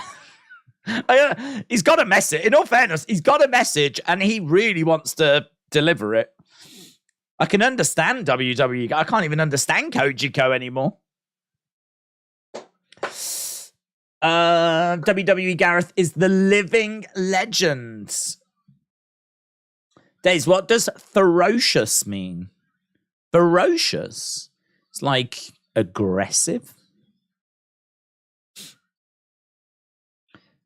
That was ferocious. It was violent. It was aggressive. Dax looking for a suplex. Sanjay Dutt trips over Dax. Holds him down. It's still only a 2 count. God, they tried to cheat. Didn't even work. Loser. Running around on the outside. Dax is chasing after Sanjay Dutt. Dave's going to have another match, Jade Cargill against Taya Valkyrie. Oh, yeah, there'll be plenty more matches. 2, 3, Jeff Jarrett wins. Mitchell said, honestly, I'm heartbroken. Yesterday it was Justin. Today it was Gareth. We're trying so hard to hear people out. You know what? Hashtag fire Vince. I know. We keep giving people chances, man. Keep trying to give people chances. But it just never works out for us, does it? Never works out.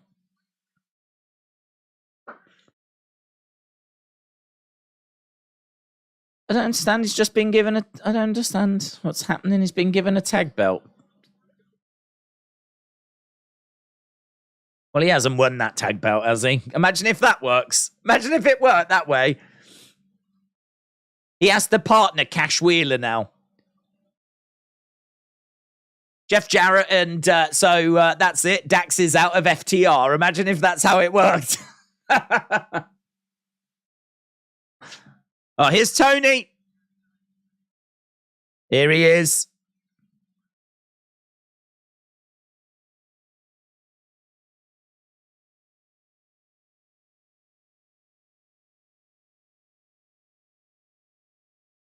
Double or nothing.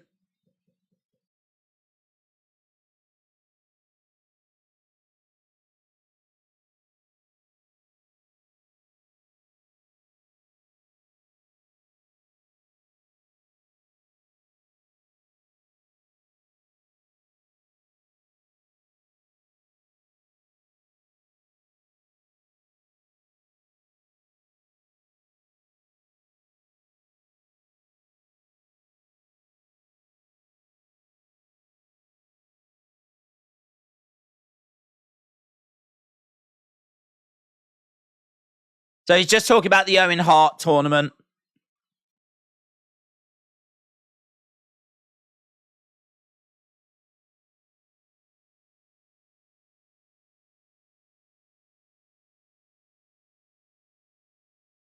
Well, they didn't bill it as a big announcement, so that's fine.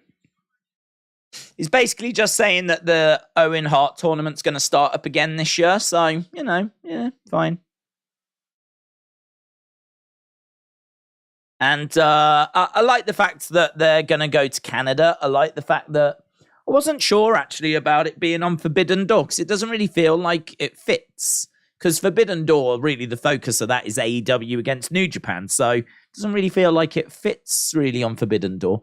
But he did make a good point in saying that Owen Hart was a former belt holder in New Japan. So I could understand New Japan wanting to pay their respects to Owen as well. So, I haven't really got a problem with that. Now, if they'd turned around and said, we got a massive big announcement and all this, and then it turned out to be just this year's Owen Hart's tournaments come in, then that'd be a different story. But I don't think they presented it that way. In all fairness, I watched the kind of preview for tonight's show, and Renee and RJ City said that we would be hearing from Tony, but he was like, how did he word it? Is like, but we hear from him quite a bit. I think he downplayed it. It was like, we hear from him quite a bit. Don't worry about it. It was they kind of went out of their way on the official preview to make sure you knew it wasn't a massive deal. They were like, we hear from him quite a bit. Don't worry about it. Nah, it'll be fine. Don't worry about it. I don't mind it. Godfather's host said the Owen Hart Cup doesn't mean anything. It should be for a title spots. Right, we are underway here. Wardlow is in action here. Dude fell before Wardlow even hit him. Yeah, Wardlow's in there. I didn't catch this dude's name. Who's he fighting? Some dude. Picks him up, power bombs him. Going for a second one. There's another one. I wonder if AEW is going to make a faction out of Brock Anderson, Pillman Jr., and Wardlow being managed by Arnett. That'd be good, Jim. That'd be good. Jim, hope you're well. Oh, God. Where's the fax gone, Kojiko? We used to love your fax. And we used to always praise your fax, didn't we? And we were like, oh, he's so good with his fax. He knows more facts than the Guinness World Records. But now it's like the floating marshmallow licked their eyeballs whilst talking to trees and sang heavy metal songs.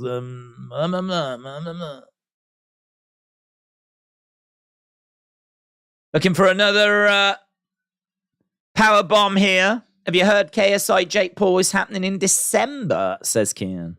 I heard rumours of it. Yeah, I did hear rumours of it. I haven't seen that it had been announced, though, so I don't know if it's been announced. I mean, absolutely monstrously big if that is what's going down.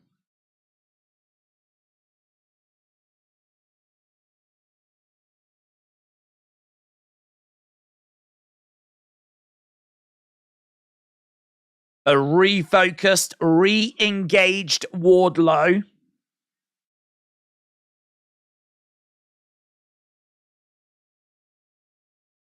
Okay, so Wardlow gets the win. No surprise then. We're going to be hearing from Arn Anderson. There's Billy Graham is sitting front row. Yeah. It's tie-dye guy in it. Used to see him down in NXT. He's been on the WWE main roster shows as well.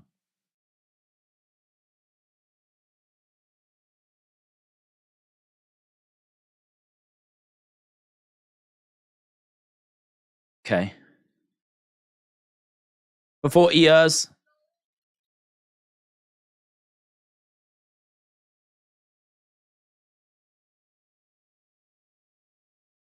I've figured out who's who in the dressing room, says Arn.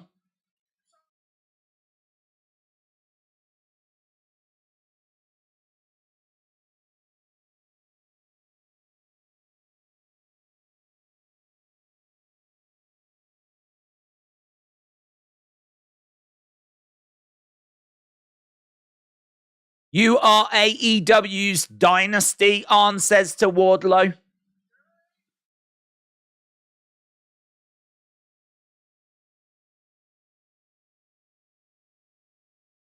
There ain't no one that's got what you've got.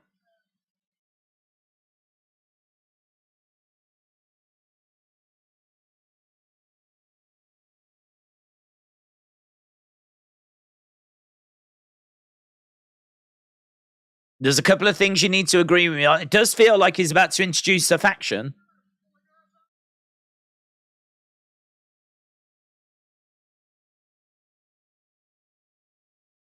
Sometimes you're going to have to bite someone's thumb off.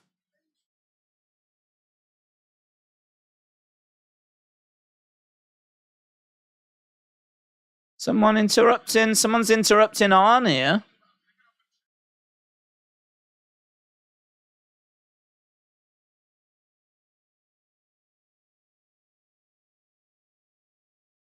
Christian K. I actually don't know anyone's theme music, you know. It really felt like he was about to introduce some people. He was talking about if you've got a great team and you add the number one pick, you can create a dynasty. And he said, you are that dynasty. It sort of felt, I don't know, it sort of felt like we were going to put a team together. He was going to be the number one pick. We were going to build a dynasty. I don't know. We didn't get anywhere, though, because Christian Cage just come out with Luchasaurus. And he's laid the TNT title down in the ring here, Wardlow. They need to change Luchasaurus's name. Larry-saurus. Larry for sure. Larry-saurus.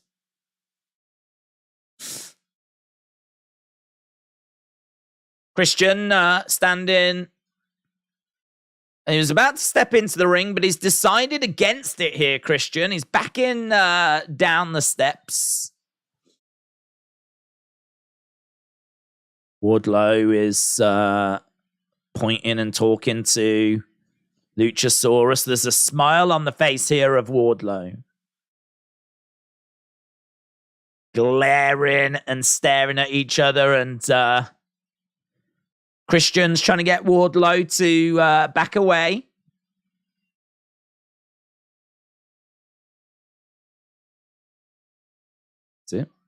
That's it. They kind of came down, stared at him. Now they've walked off. Okay, we're backstage with Sammy Guevara.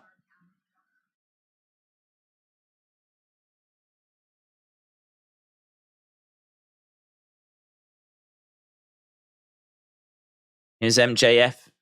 MJF is just come to give a little kiss on the forehead to Sammy. Sammy gives a kiss back to MJF.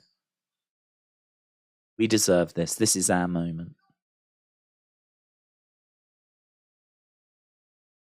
I like these two together, you know.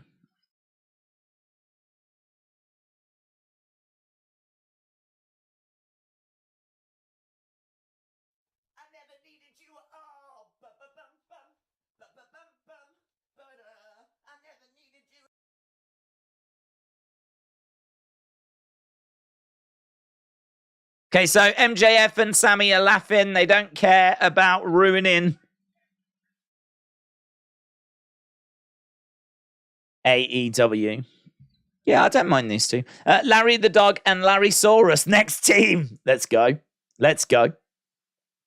Did Arn just get out of bed, said Godfather's Ho. Got his... oh, no, what's this? A jacket for MJF. These two are buying each other gifts now.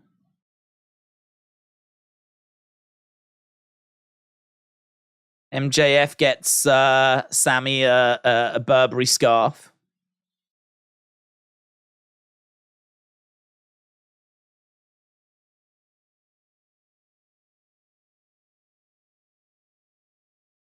Okay. When I said they were good together, I didn't realize they were going to be as friendly as what they just were. Sort of like the agreement and like, you know, them working together, but them now being like the greatest of great friends that have ever existed is a little.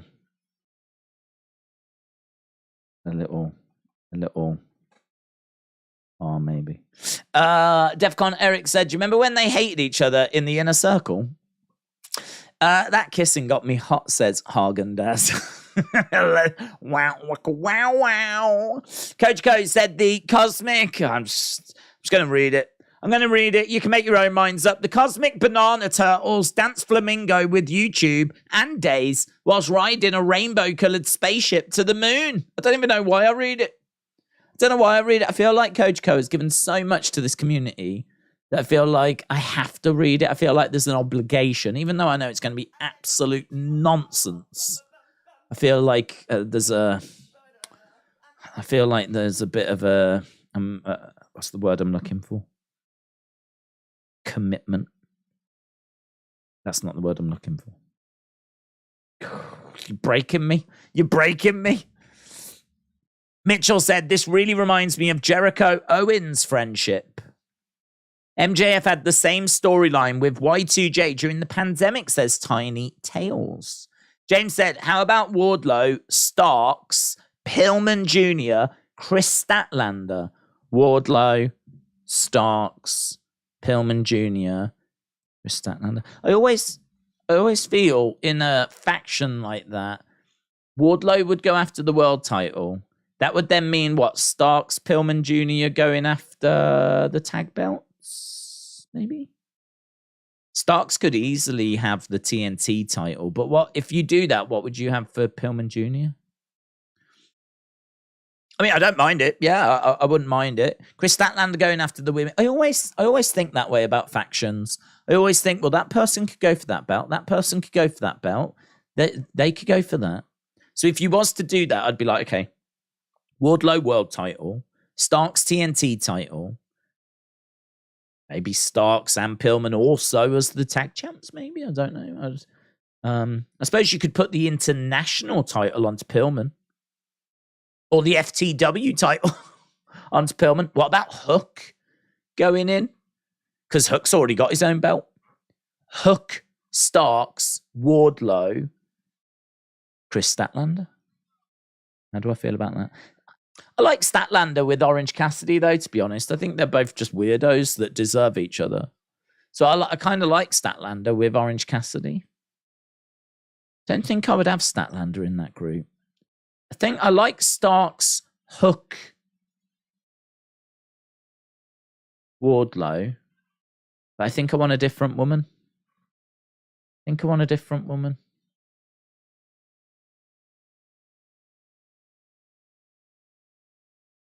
don't know who I want. I was thinking Sky Blue for a moment, but I'm not sure.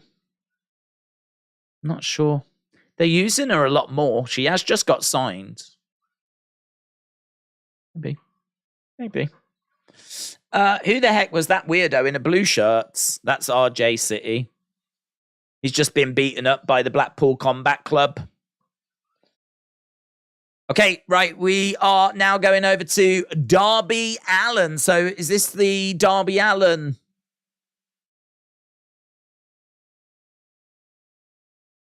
Sammy match?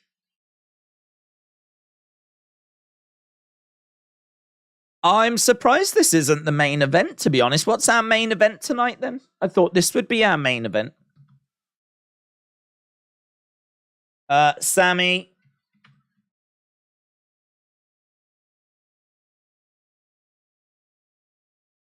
Darby received his bye. He didn't have to compete in the first round. Where's Serena Deeb? That's a good shout, WrestleBuzz. Where is Serena Deeb? I don't know if she's got a little injury or something at the moment. Is Serena Deeb injured? We'll have a little look. Serena Deeb. Here's Sammy. Sammy. I always enjoyed JR saying, he's coming out with Ty Cunt.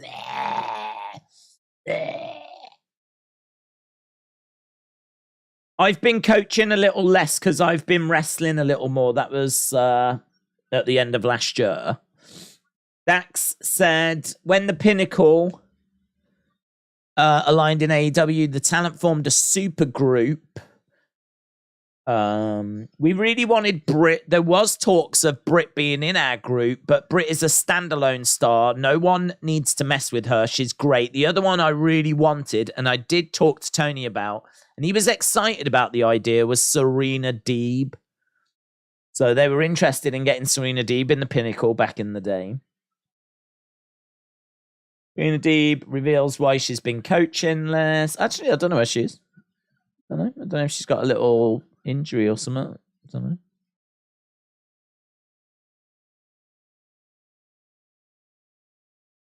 Okay, we've got, here's MJF making his way down. Tinka, tinka, tinka, tinka, tinka, tinka, tinka.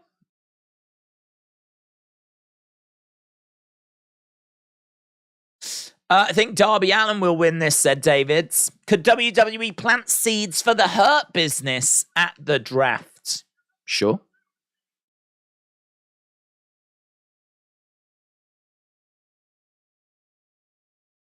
So MJF pickles. He did a thing, didn't he, where he was eating pickles after he won the world title and he was absolutely loving it.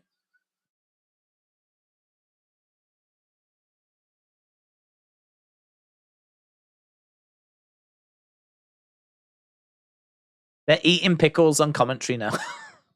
Right, we're underway with Sammy and Darby.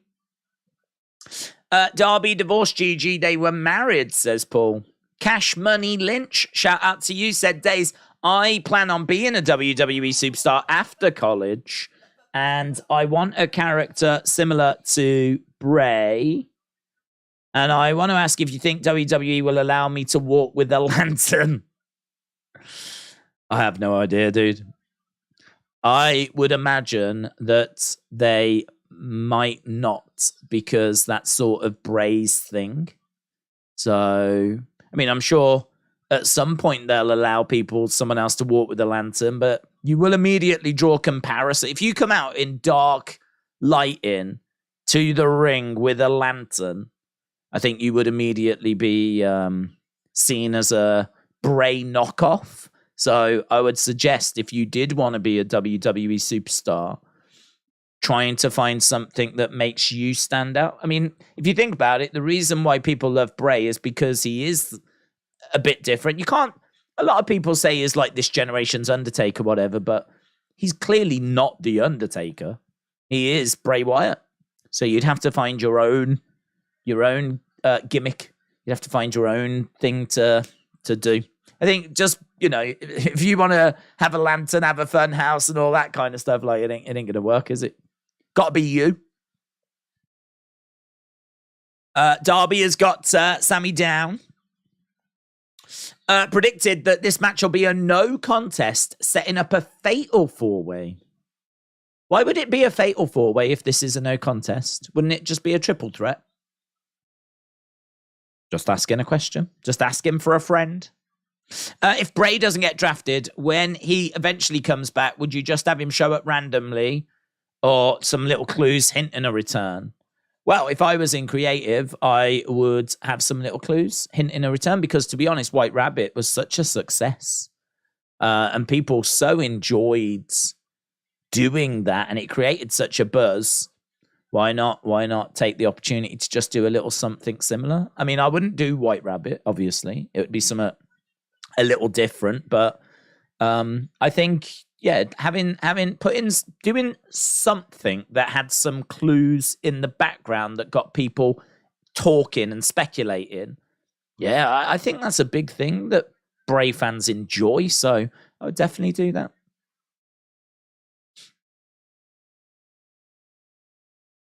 How about Dawkins in the Hurt Business? Montez on his own. You could do that. The only problem is, I mean, I'm not a fan of groups of more than 4. I love the Shields, 3, New Day. I think Undisputed Era were 4.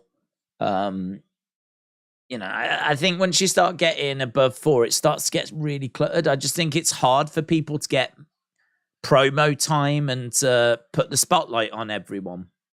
It's just difficult. There's just a lot of people. I'm not saying it's never been done. It has been done, but I just don't think it works as well. So, if you have Cedric, Shelton, Bobby, chances are you're going to have a Moss as well. I don't know that I would put Angelo Dawkins in there as well, because he's going to do a lot of standing around in the background, isn't he? And he's not going to get much promo time. So, yeah, I don't know. I don't think I would have a group of 5. Even a group of 4 can be difficult to get everyone promo time. Sammy jumping on the outsides. Sammy in control at the moment as we're into the second hour. I still love the Shield. I still watch them, says Maggie. They were awesome, man. They were brilliant. Let's do halftime scores. Oh, hello. What's this? Oh, hello. What did we do? Why is that so big? Oh, that was from the other week when we were talking about Paige just being in the background. Okay. Oh, that's from the other week. Was that last week? What other pictures have I got? What's this? That doesn't do anything. Why the hell have I got that? It's random, innit? What's that one? Okay, another random. I think that's from the first Royal Rumble. No idea why I've got these. Why have I got these? And then that's old. That's from a previous week. Sammy goes to the outside, lands on top of Darby. I'm just looking at what pictures I've got. Jay White is all elite. Breaking news. And then that's this week's. Right, okay, let's go down to halftime scores. Halftime scores, everybody. It's the halftime scores. I really want to know your halftime scores. Put it in the chat. Halftime scores, everybody, it's the halftime scores. Are you happy? It's the halftime scores. Are you happy or you sad? Halftime scores, everybody, it's the halftime scores. I should get that recorded. If I got it recorded, I could just press play then. Just sit here like this. Let's go. What you think? Out of 10, let's go. Ah, Kochiko. Kochiko put a message in that was deleted, was it?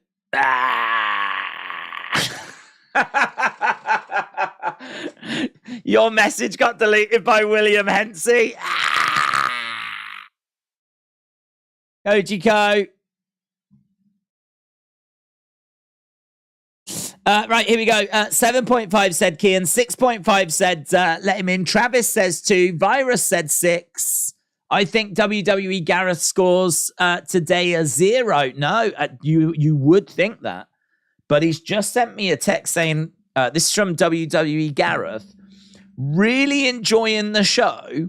This is a Dynamite that I think has changed my opinion, and I am scoring it 875. So that is from WWE Gareth. Really enjoying this one tonight. So shout out to him. Meave with the 6. Big Time Baxter with the 6. LT with the 6.5. Where is Andrade? He's at home with Charlotte. In all fairness, he's at home with Charlotte. The Beach Kevin said 6.6. Bryson with the 6. Ron with a 6. Shabazz 4.5. David with a 6. Coach Co. Okay. Brisk have brigadiers, brandished broad bright blades, blunderbusses, and bludgeons, balancing them badly. What does that mean? What does that mean, Coach Co? Frog Splash 6.9 said Donut King. We love to see some character development from WWE. Do you know what? He's very fair, isn't he? He's very, very fair. He might pop in and say AEW will fail, but he is a man that's willing to change his mind, and I like that. I like that. I like the fact that he's willing to admit that he's wrong and willing to grow. So shout out. If you are watching WWE, Gareth, and I'm sure you are, shout out to you, bud. Shout out to you. Right. Good show tonight. Not a lot of mistakes. 7, said Keewan. Ledge Killer said 6.5. Chill Dude said, how about new Hurt Business? Doesn't include Bobby. Instead, they attack him. Who would be the leader? A Moss. Who would be the leader of a new Hurt Business? Darby goes into Sammy and he crashes and burns. Doesn't really burn. Days is a whole lot of bees. It is a whole lot of bees. It's probably the most bees that we've seen in a comment. So many bees in that comment from Coach Co. It's basically a hive. Sammy has grabbed a table. A moss for the Hurt Business, said Mr. Quake. Okay, Sammy setting up this table on the outsides. We want tables. Well, good news, you're getting them. And you're getting them from the heel, which is strange. You know the heel, you know the bad guy. He's giving you the table. Chop coming in by Darby. Another chop there by Darby. Sammy on the table as Darby is climbing up.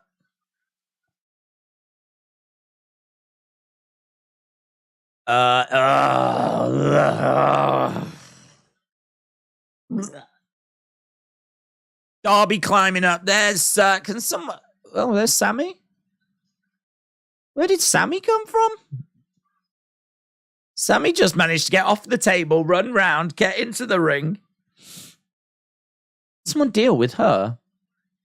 Someone come down. Darby hasn't got a girlfriend, has he? Has he? Is he seeing someone? Is there anyone that can come down? Darby on the outsides. Jay only came to AEW to team with Juice Robinson, said Bryson. Days, I am the table. Well, it hasn't broke yet. Now Sammy is going up. Darby is on the table. Sammy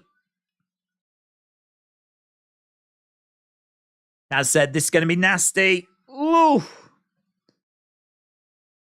Wow.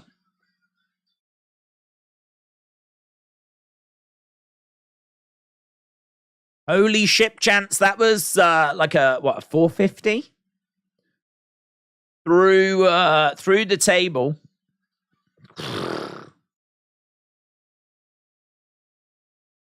It's a 630 apparently. Is it a 630? How many times does he rotate? What would a 630 be? To work out some of these moves, you need like a degree in maths. You're like, hang on. That's a 360. That would be... So, hang on. What's a 630? 60 would be a rotation.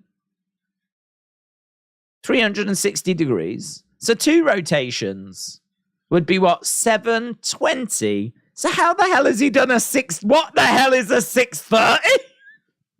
How many rotations is a 630? I can't even work out what that would be. Honestly, you need a degree in maths.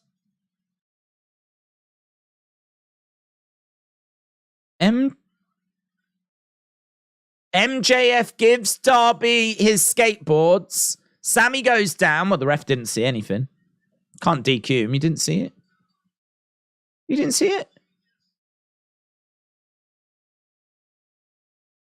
Referees DQ'd him.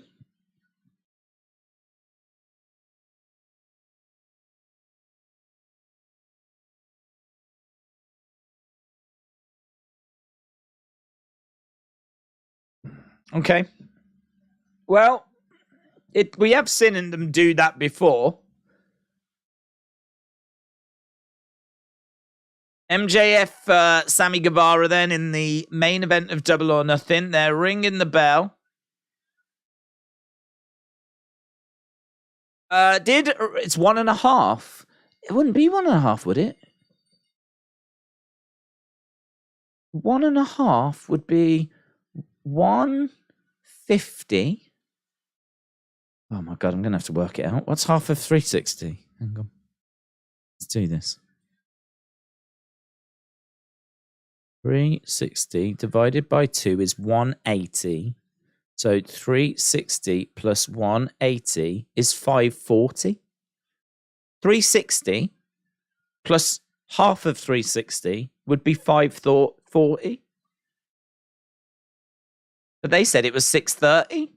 It's 1.5, and then another 90 degrees on top. It's 1 3/4. That's what it is. It's 1 3/4.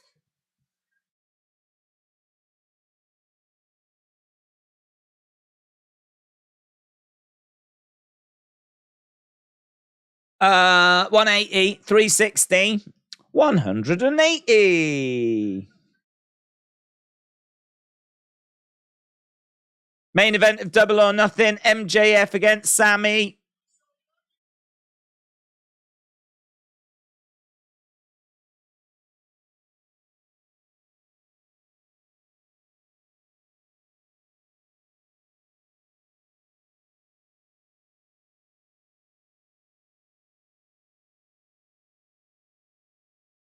Killer line. You can go back to using tears to play with yourself whilst you listen to My Chemical Romance. I mean, you ain't getting that line on WWE TV.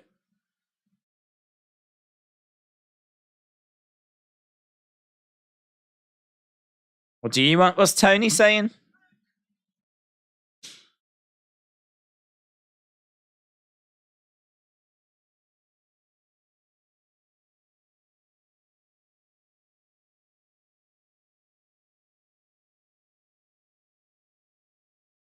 Sammy's won the Pillars tournament.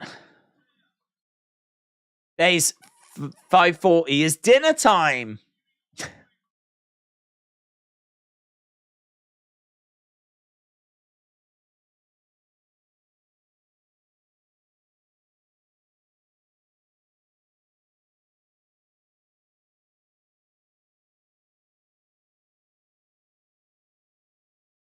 Jungle Boy and Darby Allin are taking on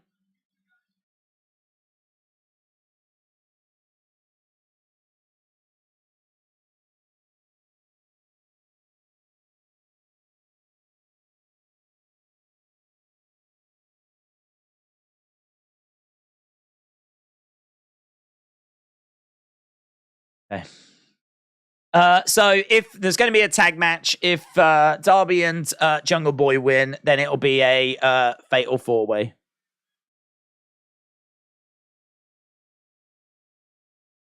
Okay. I remember the Wine Me, Dine Me, 619 Me t-shirt from 2004, says Tim. Saw this coming from 2 weeks ago, said Justin. Why just make it a 4-way to begin with? Told you it'd be a 4-way, said Travis. Fatal 4-way is goods. Smurfy said, do you remember a tag team in the WWE named Jamal and Rosie? Rosie is Roman Reigns' brother. Yes. 420 Benton said, I called it. I saw it coming, says Kieran. The 4 Pillars having a 4-way match. Who could have guessed it, says Ron. Jungle Boy's music sucks, says Sergio. Coming up next, we're going to hear from Adam Cole. If they did 2 full flips, they would land on their feet. 630s, have the guys landing on their back. Looks like it hurts to take. That was rough from Schiavone.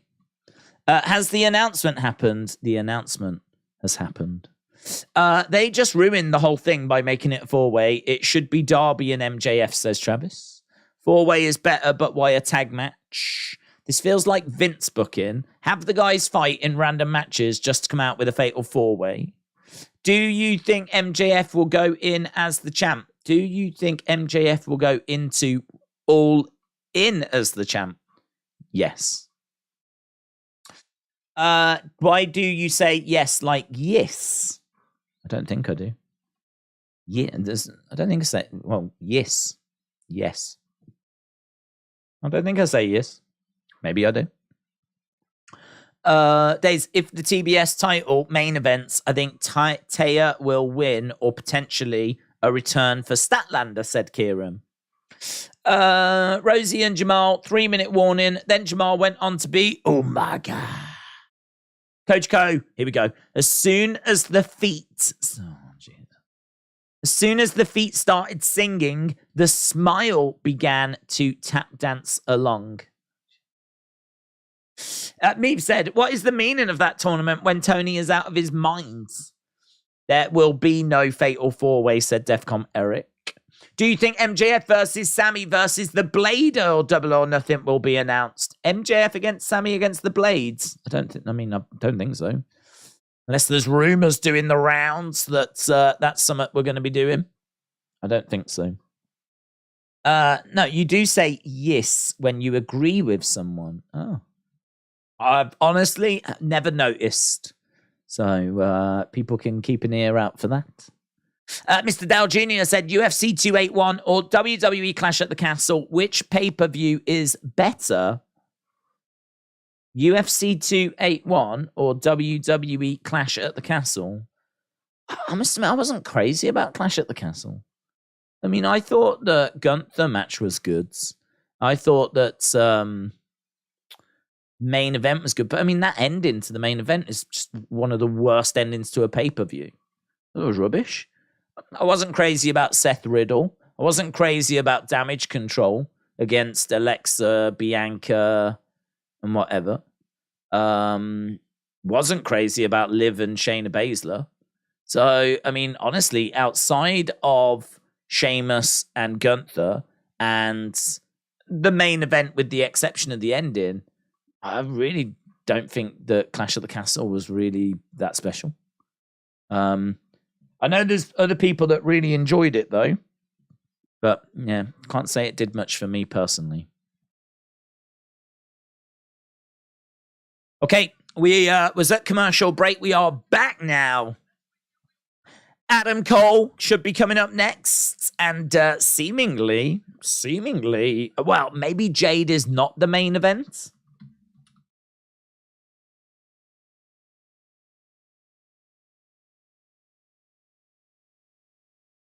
Ever since I won this belt, Tony Khan has been playing games.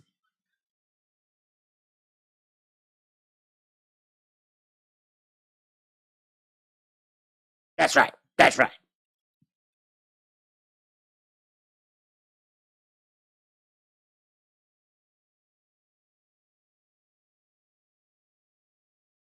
MJF tells Sammy the car is full. Sammy hasn't even got changed, though.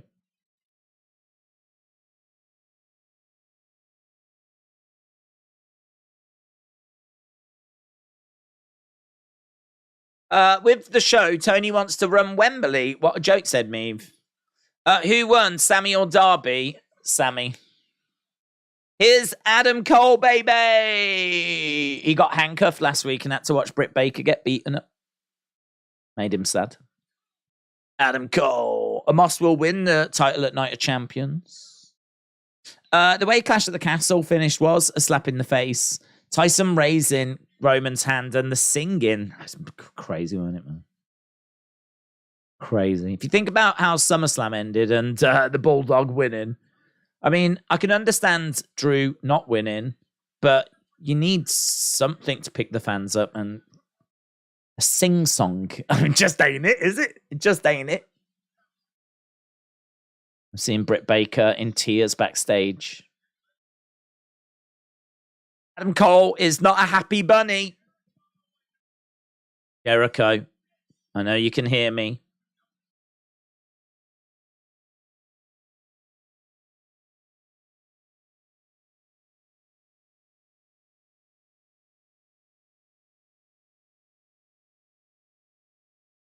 The fact you had me handcuffed and made me watch.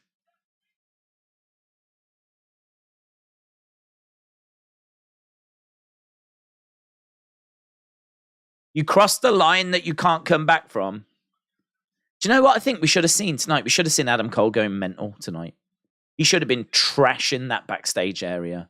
What worse could you do? How could you do anything worse to Adam Cole than beating up Britt? He should have been trashing this place looking for Jericho.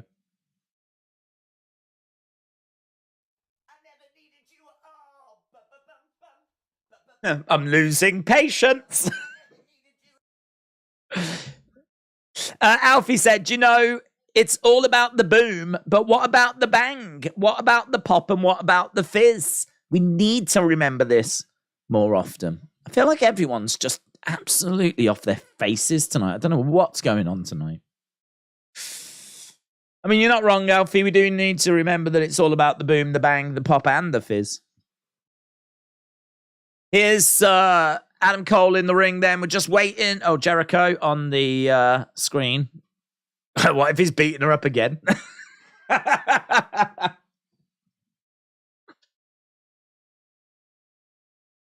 You want me to come to that ring right now and fight you, says Jericho. I don't want to be anywhere near a man like you. Who allowed the love of his life to get viciously beaten. It's true, actually. Adam Cole's a disgrace. You're a coward. You're a coward. I just noticed they went back to the 3 black ropes. I have a feeling they did it because Brian last week said something about it on the experience. Nah, they definitely didn't do it because something was said on the experience.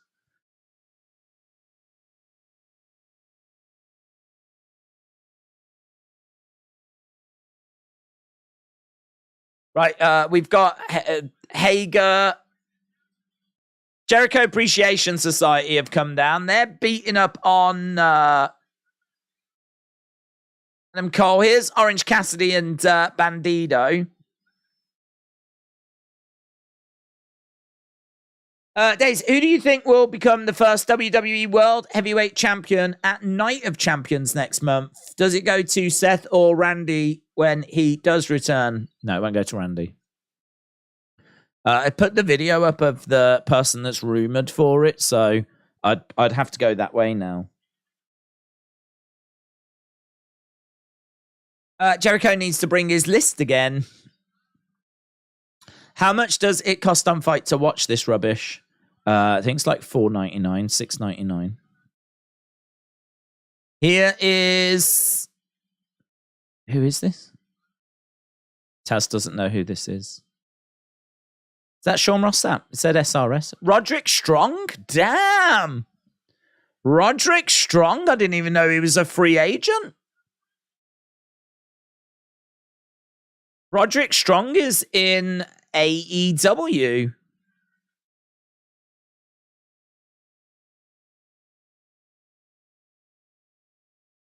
Didn't even know he'd been released, to be honest. Thought he was still in Diamond Mine.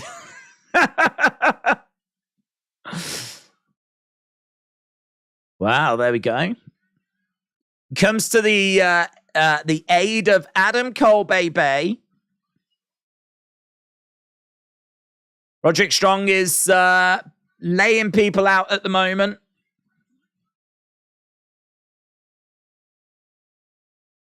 So Roderick Strong in the ring. He's looking over at Adam Cole. And Adam Cole on his feet. Are these two going to embrace? I mean, I'm guessing so.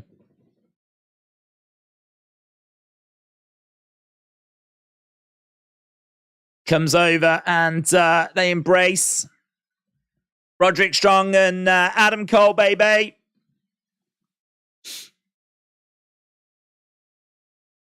Baby. Dun dun dun dun.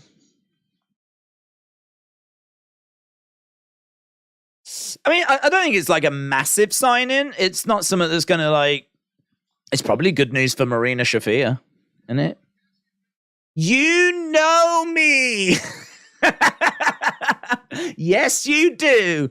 Yes, you do. You know me. You don't know me. Does he know her? I don't know if he knows her or not. The Creed brothers are rolling over in their graves. You know me. It's such an iconic promo. I flipping love that promo. I'm not even being ironic. I just love it.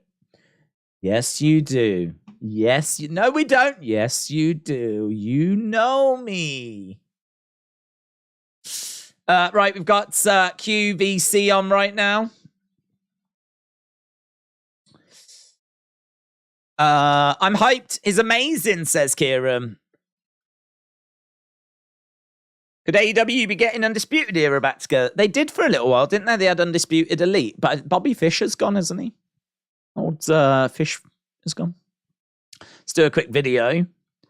Breaking news coming out of AEW. Adam Cole was being attacked by the Jericho Appreciation Society, and down came Roderick Strong. Hadn't heard anything about Roderick Strong, to be honest, for a while. Last time we saw him on NXT, he was with Diamond Mine. Believe he suffered an injury, and we haven't seen him in quite a while. Seems like his time in NXT is done. I'm expecting it to be announced that he has signed with AEW, because he comes down, he makes the save, and then there's a real nice moment here where they embrace in the ring, him and Adam Cole. And this is quite the reunion, obviously, of Undisputed era. They obviously can't use that name. We did see Undisputed Elite in AEW before.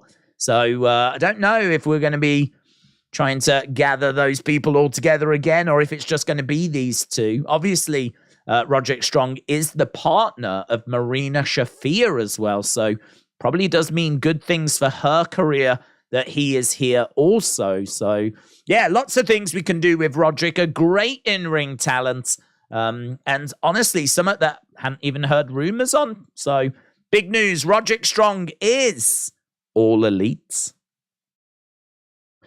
Tell you who else is All Elite right now, and that is Taya Valkyrie. It's time for Taya Valkyrie. Taya Valkyrie against Jade. I don't know if have we seen these two already? I don't know if we've seen these two.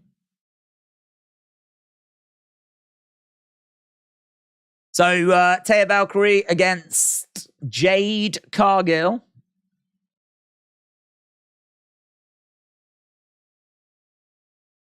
Jade Cargill about to make her way down. We got half an hour left to go in this show. Half an hour left to go.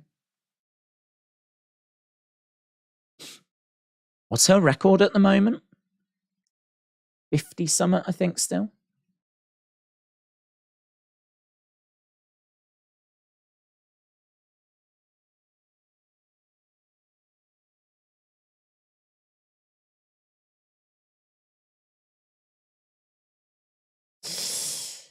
Right, check that up. Let people know that aren't watching tonight, or those that tuned in and decided this wasn't a night they were going to stick around. I'll put this video up for WWE Gareth so that he can not miss out on things. Oh, in fact, his text, actually. WWE Gareth says, that's a great signing for AEW. They're just going from strength to strength. So shout out WWE Gareth there. Real positive. You love to see it. You do love to see it.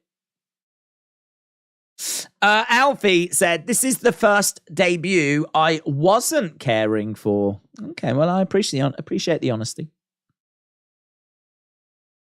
Taya Valkyrie against Jade Cargill.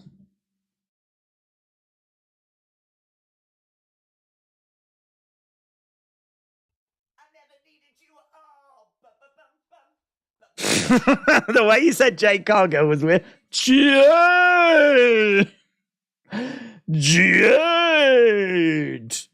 Cargill.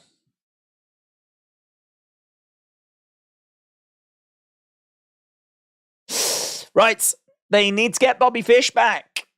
The viewership is now going down, said Sergio. It's your time, Taya Valkyrie.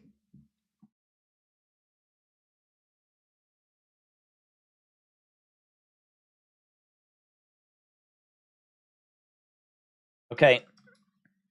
Taya Val. I don't know how you spell her name. Something like that. Against Jade Cargill. Poor Taya is probably going to get screwed, though, says Heather. Hello, Heather. Hope you're well. But Tony is worse than Vince.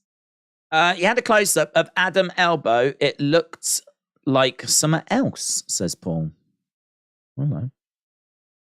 What did it look like? What did a close-up of Adam's elbow look like? Can I just say, I love... I've only just noticed this. You can say that it might not be the biggest debut we've ever seen, but... Oh, look how shocked that person is in the background. Look, look how shocked that person in the crowd is. So you can't tell me that this isn't a big moment. There are people legitimately stunned in the crowd. Look at the shocked faces in the audience.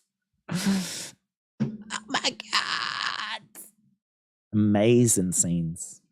Do you think WWE is going to make the same mistake and draft Roman to Raw? Do I think WWE is going to do the same mistake? Why would that be a mistake? Doesn't really matter which show Roman goes on, to be honest. I think Fox have just had Roman for, you know, however long. USA Network might be like, isn't it our time now? Can we have Roman now?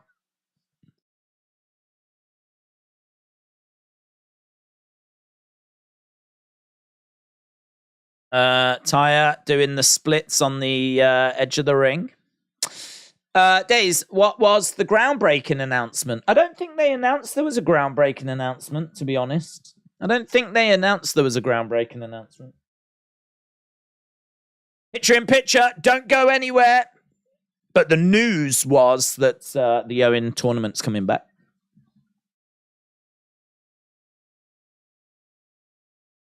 Okay, we are at picture in picture at the moment.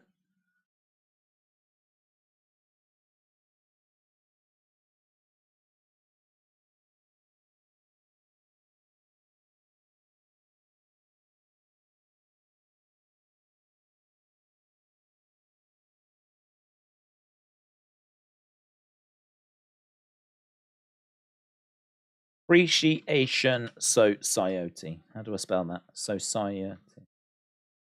Society is one of those weird words that I struggle with, to be honest. As we said, we are in picture. These two women just fighting on the outside of the ring at the moment as Taya Valkyrie gets thrown into some ring steps. Ring steps. She's down. She's giving a thumbs up, though. Thanks. Getting back up. She's going over to the side of the ring. Are these... I mean, it doesn't really matter, but I feel like they've been out the ring for longer than 10 seconds. We get back in, though. You know, Taya has to be leading this match. It makes it suck even worse that she will lose, says Heather. The AEW crowd is rather flat. Is there like 2,000 in the building or just a lack of enthusiasm? To be honest, I don't think we see loads of enthusiasm for Jade Cargill matches, to be honest. I'd imagine the crowd will come alive a bit more once we get to the main event, which I think it's Kenny in it, isn't it? I've got the graphic. Butcher Blade against Kenny Omega and Takeshita. I think we've had everything else, haven't we? Jade looks awesome in that picture, doesn't she? Look how ripped she is, man. Amazing. Amazing.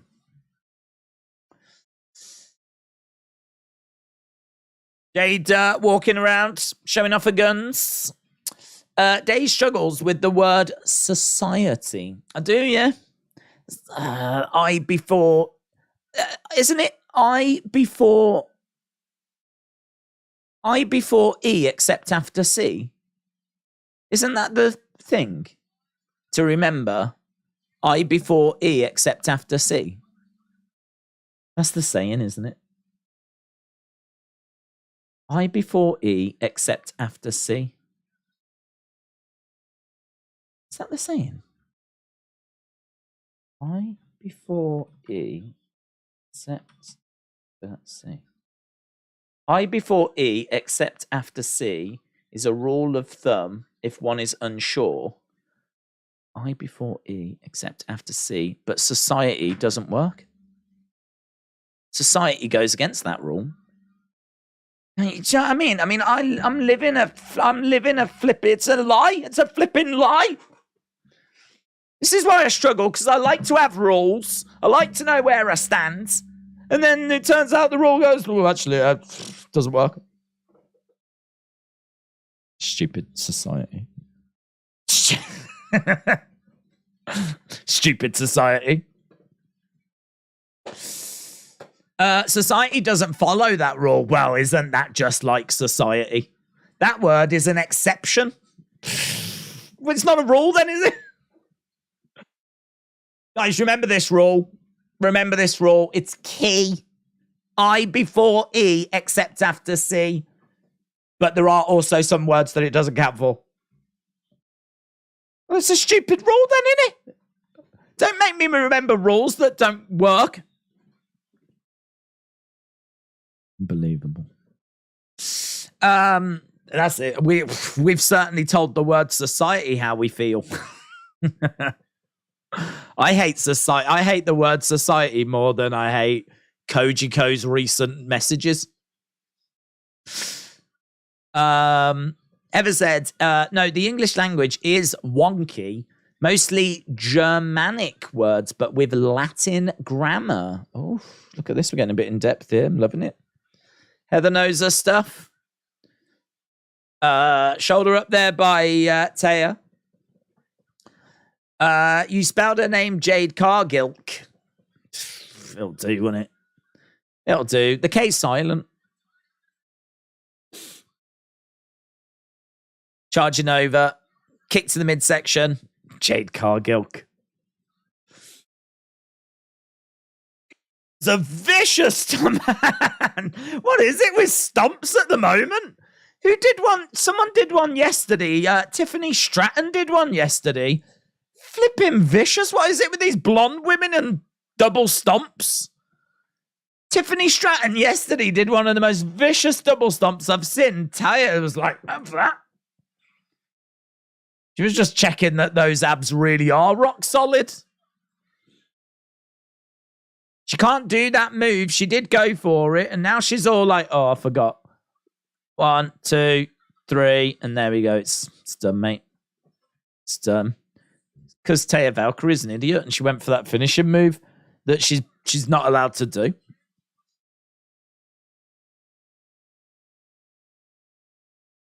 Jade wins. She is now 56-0. Taya Valkyrie is very upset. Well, she's the idiot that went for the move that was banned. Oh, is she going to do it to Aubrey? Go on! Yeah, go on, do it! Oh! She almost did that move to Aubrey. That would have been amazing. That would have been awesome. Oh, my God. That would have been goated. Do it. Do it. Do it now. Do it now.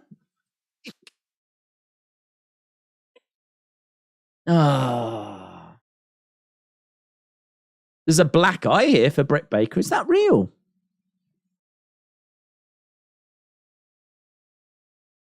Why has Jamie got her arm in a slit? What did Jamie do?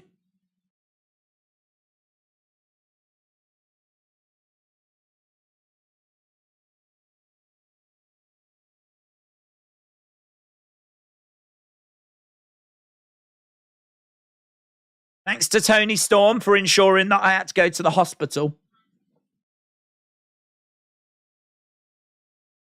Hang on, is Britt upset at the Outcast, even though she was beaten up by Jericho?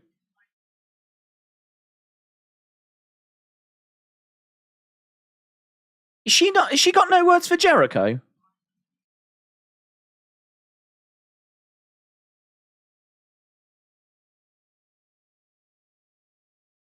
The only way this is going to be over is if you send us to the bloody morgue. You'll have to send us to the bloody morgue, I tell you. That was very English. Even I thought that was very English. IWC has been wanting Aubrey to get some... Oh, God, is there still a chance? Is there still a chance? She's backstage. Can't we hunt her down? Come on. She was so close to being my favourite wrestler ever. I mean, honestly... I've got Undertaker Shawn right up there. It would have been Taya, Valkyrie if she'd have hit that move then. Daisy, you're having your villain arc story with society, just like the Joker. This is how it starts, Retribution. Yeah, this is how it starts. This is exactly how it begins. Jericho called in the Outcast to take out Britt, says Heather. Yeah, but shouldn't she have an issue as well? Like, shouldn't she mention Jericho? I mean, I understand the Outcasts were the ones that were beating down on Britt, but wasn't she in... Am I remembering it wrong? Didn't Jericho have her in like a Boston Crab? Or was that like Ruby Soho and it's just got twisted in my head? But I sort of feel like she probably should have like a word with Jericho as well. Unless it's got mixed up in my head. And my head's planted Jericho's face on Ruby Soho's body or something. I don't know. Sexy, in all fairness. It's quite the mental image. She probably could have called out Jericho. No, Jericho didn't touch her. Oh, no. I've mixed it up in my head then. Why do they talk to the talent a week after being attacked? It's just something's doing it.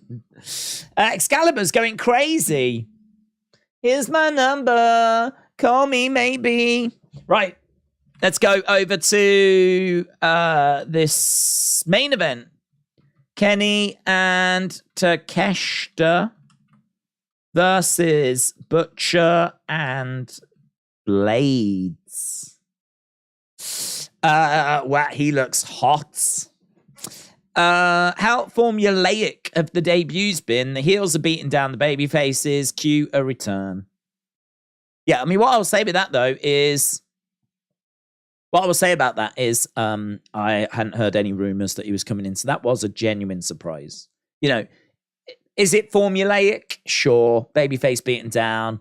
Person coming back makes the save. But as Adam Cole was getting beaten down then, I honestly was not expecting Roderick Strong. So definitely was a surprise.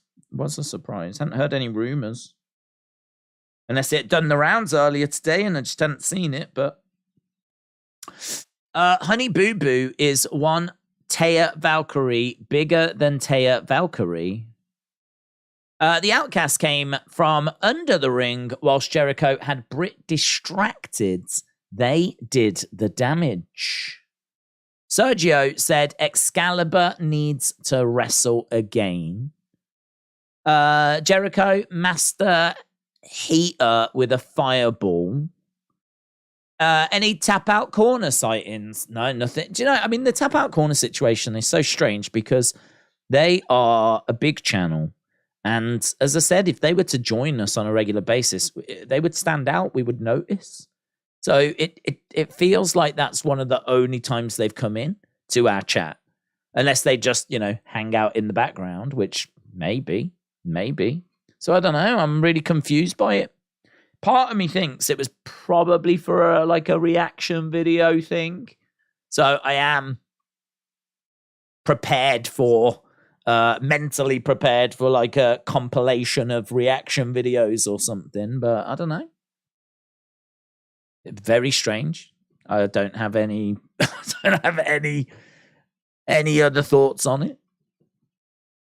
Anyone else think it's weird that Hangman was replaced in the Elite? Weird that Hangman was replaced. Well, he was kind of with the Dark Order, wasn't he, doing his own thing? I mean, in all fairness, if he was with the Elite and Kenny and everything, he might have just been a little bit in the background. Because you're never gonna outshine Kenny Omega if you're standing next to him week in, week out. So I don't hate the idea of him going off trying to do his own thing and, you know, teasing a little something with the Dark Order, whatever. So I don't hate that.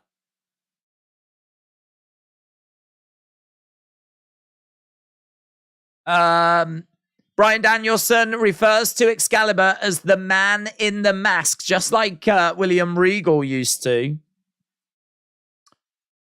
What does the regularity of surprise debuts say about... Oh, hello. We've got a bit of lag. We've got a bit of...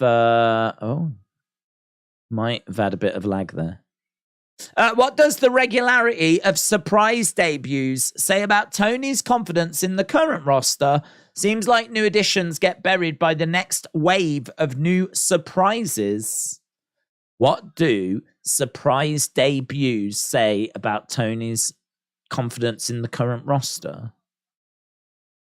I don't know that it says anything, to be honest. I mean, I don't think you bring in Roderick Strong because you don't think the current roster can draw ratings and that Roderick Strong is going to draw ratings. I think you bring in Roderick Strong because you know he's a great wrestler, great worker, can make others look good, and he can tell some stories with Adam Cole. He can tell some stories with Marina Shafir. You know, they could maybe put him in a tag team with Kyle O'Reilly. Like, there's a flexibility there. So I don't think that this one is only not having confidence in his roster. This is just an opportunity to add a really credible wrestler to that roster. So I honestly don't hate this signing at all. I think Roderick Strong's a good signing. I think it makes sense as well because if we're going to be honest, I don't know that Roderick Strong does well on the main roster for WWE. Roderick Strong just lacks that it factor for me. His promos are not good. His look is a bit flat. He doesn't have a very impressive look. But his wrestling is so good. It's like his promos are like 3, if that, out of 10. His look is about a 4, but his wrestling's probably about an 8 or 9. So he's, as I said, you know, you can put him in matches and he can make others look really good. You can put him in a tag team and he can hold his end of a tag team really well. I think if you followed his career, you'll have like an appreciation for him. Like when you say Roderick Strong, people are like, yeah, he's cool. People like him. He's likable. He's very likable. But is he someone that's going to go to the main roster of WWE and like become a massive star? Like, I don't think he will. Not in a land of Roman Reigns and Seth Rollins and do you know what I mean? Like a Roderick Strong, I think, gets lost in the shuffle. So I think it's great for him. I think it's great for AEW. I don't even think it's that bad for WWE because I don't think they're going to miss out on this main roster superstar. So I think it's just win, win, win, win, win, win, win all round, to be honest. So I actually really like this one. I like this one. Ain't going to do anything. Ain't going to change anything. Ain't going to result in any change in ratings for AEW, but it just strengthens the roster a little bit. It's just a good, credible person. Strong would have been viewed by Vince as another Cesaro, said Chill Dude.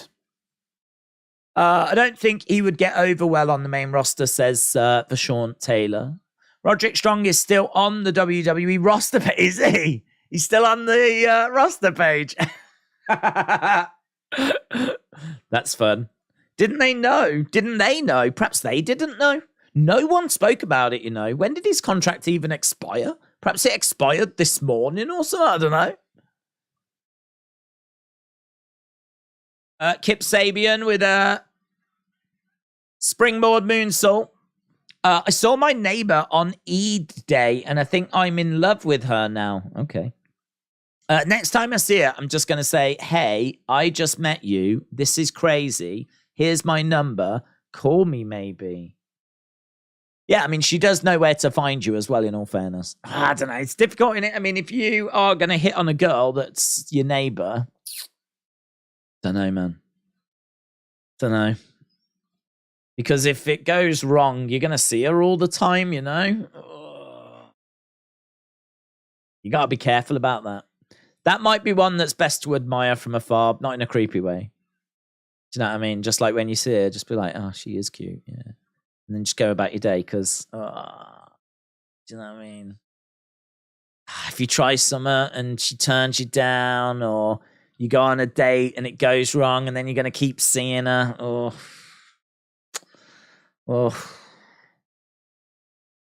No. Maybe WWE traded Strong for CM Punk. That's what they did. That's exactly what they did. Brian talking shit on the Bucks when he lost every title match in AEW. Brian on commentary, Brian Danielson. Days, you said that like you didn't know it was a song. You said that like you didn't know it was a song. What, the Call Me Maybe song? Everyone in the world knows that's a song, don't they? Hey, I just met you. This is crazy. Here's my number. Call me maybe. What was your relationship advice? I need advice on how to cure my love for your dong, said Tim. There's no getting over your dong. Chop coming in there by Kenny. Kenny in there with the blade at the moment. We got 6 minutes left to go. Trade Strong for Andrade. That'd be good, wouldn't it, actually? That'd be good. Kick coming into the midsection there by the blade. Retribution, I still think you should go for it, says Maggie. Oh, Maggie, you're just an old romantic. Aren't you? And when I say old, I mean it. Old. You're just an old romantic. I'm trying to give him proper advice here about not making it awkward.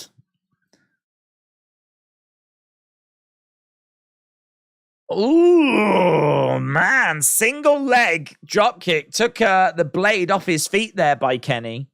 If Trinity does go to TNA, do you think she should also show up in AEW? I don't think they've got that relationship anymore, have they? They used to, but I don't think they do now. They did used to have a relationship, and that would have been good if they did, but... Yeah, I mean, it would be great if she was to turn up in AEW. Takeshita. That's true. Roddy slipped past everyone. That's it, Days. You're fired. Andrade is up in June. Retribution said, I didn't think of it that way. You have opened my eyes. Single dad dating advice. Never trust a fart. I'm going to go all out and say Ibushi debuts tonight, although I wouldn't put money on it, said Kieran.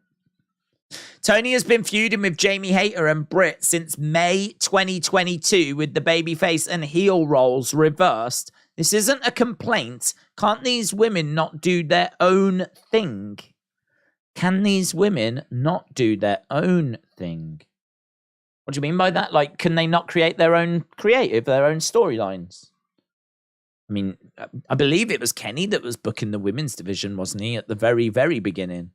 But I think that got took off him.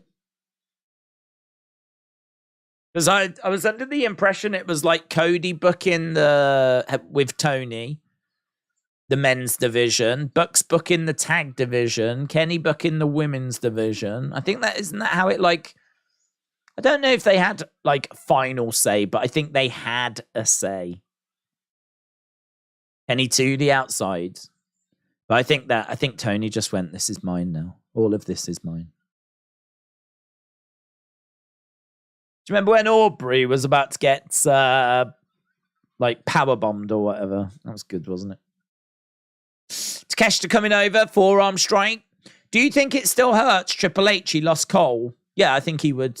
I don't know that it hurts him. I don't know that he lies up awake at night, but I think he really liked Adam Cole, yeah.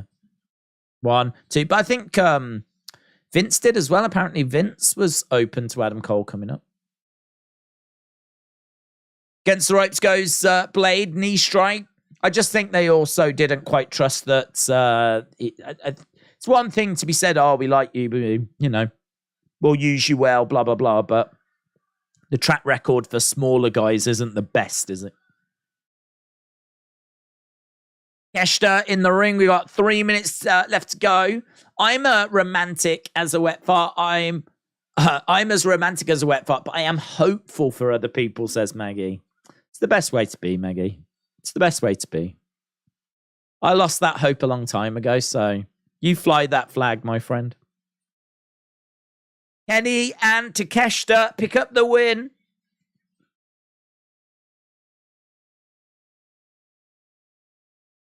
And Don Callis on the edge of the ring applaud him. Impressive, said Bryan Danielson.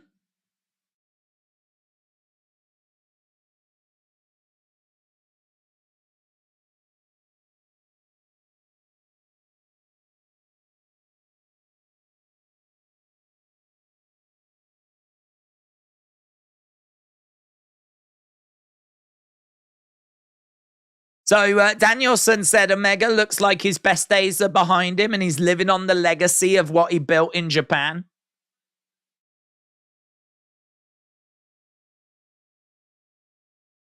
You misspoke.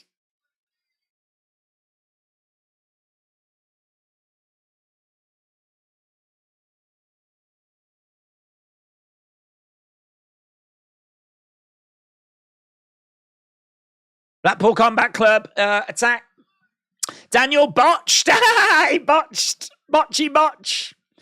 He said if he was to train with the elites, kind of making out like if he trained with the elite, he'd be brilliant. But he was like, if he trained with the BCC, he botched it. Silly Danielson. Here's Screwdriver.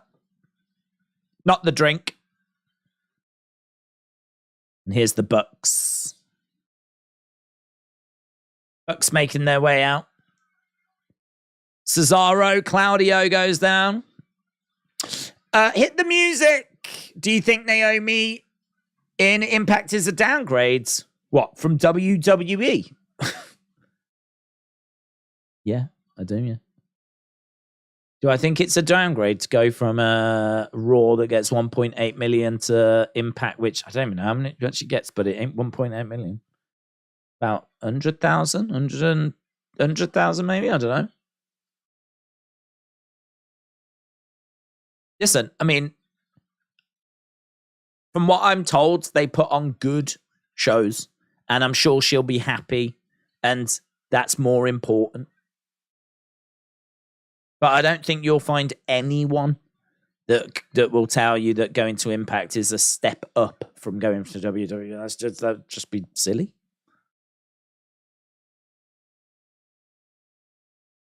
Right, we've got Takeshita. Look, he's got his hands on his head. He can't believe it. Blackpool Combat Club are raising Takeshita's arms. They're trying to recruit him.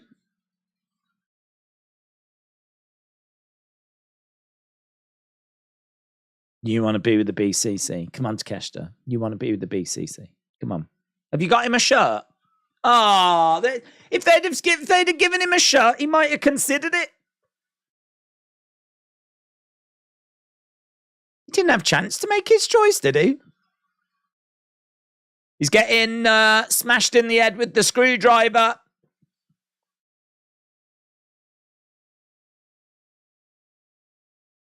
Yeah! Be real. Blackpool Combat Club. Be real.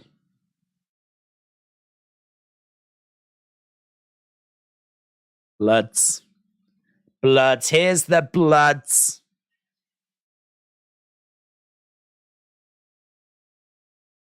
All in London take the place of All Out. What should AEW do as to not muddy the water with Forbidden Door coming up? I don't know if it does actually. Wasn't there an announcement that like All in London is like the week before All Out? All Out is still happening, said John. Yeah. I think they are still doing All Out. They're doing All In, they're doing All Out, and then I think the week after that is All Shake It All About.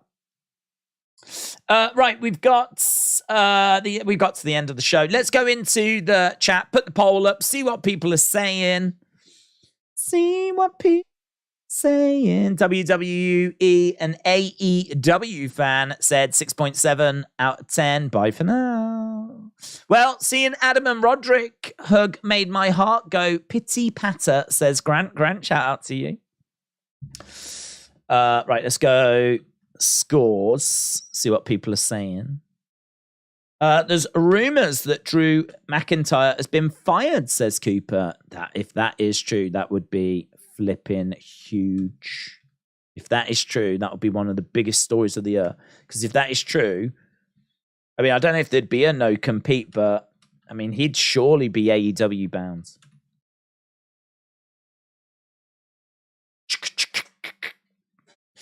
Do you remember you have to bleed to join the BBC? Is that true? The British Broadcasting Corporation. Doctor Who and everything. You have to bleed to join the BBC. Do you think Naomi regrets following Sasha out of WWE? No. No, I don't. Pretty good show. Not the best, says Alfie. Greg says 8. The Shan Taylor said 7. Sergio said 3. Blaze Radio, shout out to you. Hope you're well. 44 and a quarter. That gives a new meaning to getting screwed. So Killer says 3. It's nearly unwatchable if this type of booking continues. Nicole said, I didn't watch, but since you said there was blood, I'm going to give it a -7. I think we all want to know what WWE Gareth scores it. That's what I want to know. Coming soon, AEW All Up and All Down. 7.5, says Michael. A flat 7, Roddy was the saving grace, says Heather. Dave, say Naomi does explore AEW. Quite the conundrum, considering you won't be traveling with your partner. He's appearing on Raw, SmackDown, and house shows. That's a sacrifice. Yeah, but from what I heard, I mean, look, I don't know. There's apparently a freeze on recruitment in WWE. So, you know, if she is going to go to Impact, I mean, she could always wait for that freeze to unfreeze, right? I'm sure they would, you know, they've invested a lot in Naomi. They weren't looking to fire Naomi. So, you know, if she wanted to go back, I think she would be able to go back. I'm surprised Triple H didn't try and get her back harder when he was bringing people back. Now, she might have said no then. But then that just says to me, if she turned Triple H down when he was trying to bring people back, well, clearly she didn't regret walking out then, did she? If she turned down the opportunity to go back. If he didn't reach out to her, I would say that's quite a surprise because they've invested loads in Naomi.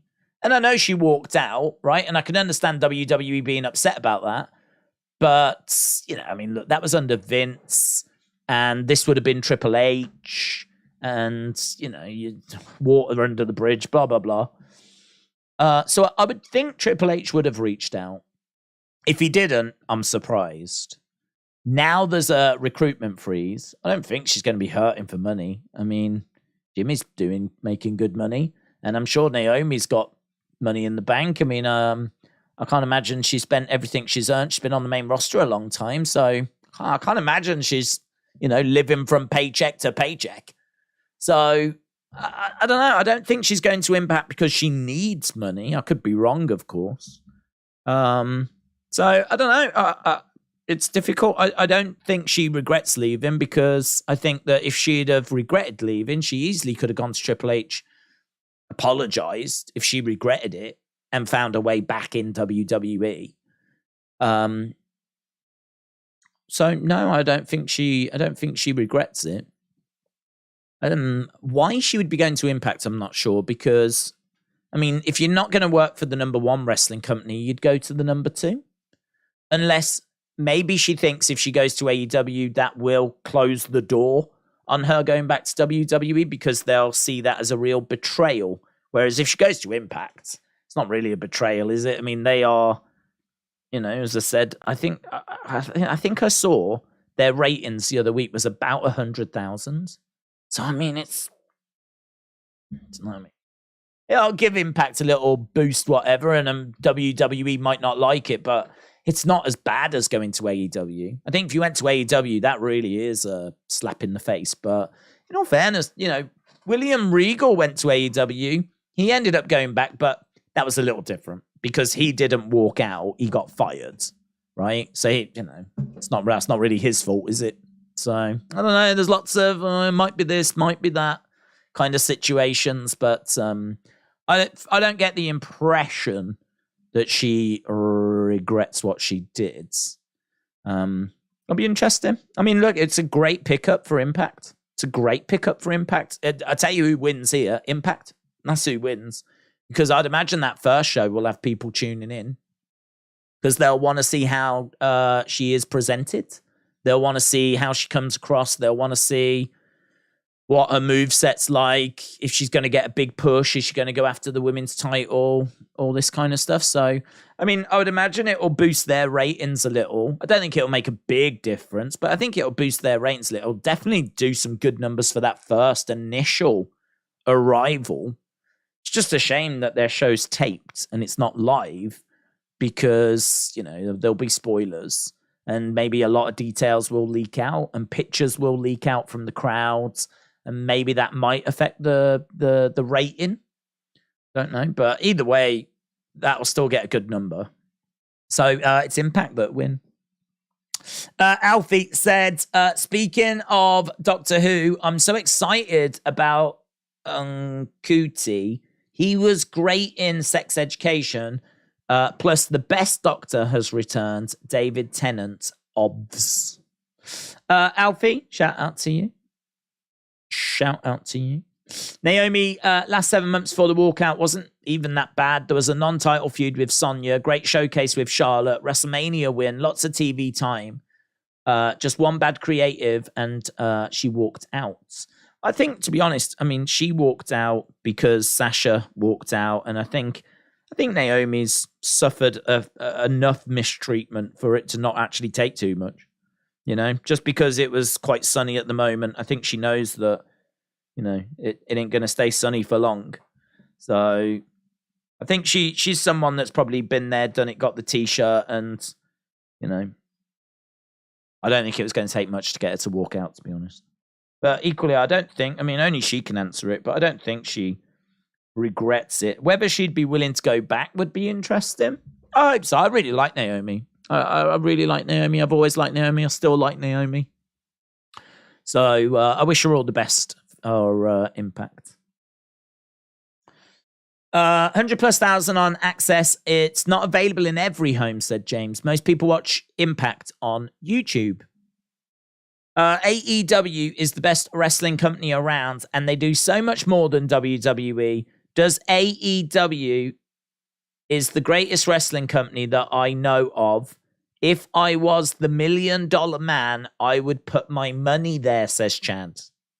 Brenton said, what's the status of Kyle O'Reilly? Is he close to coming back with Roderick debuting?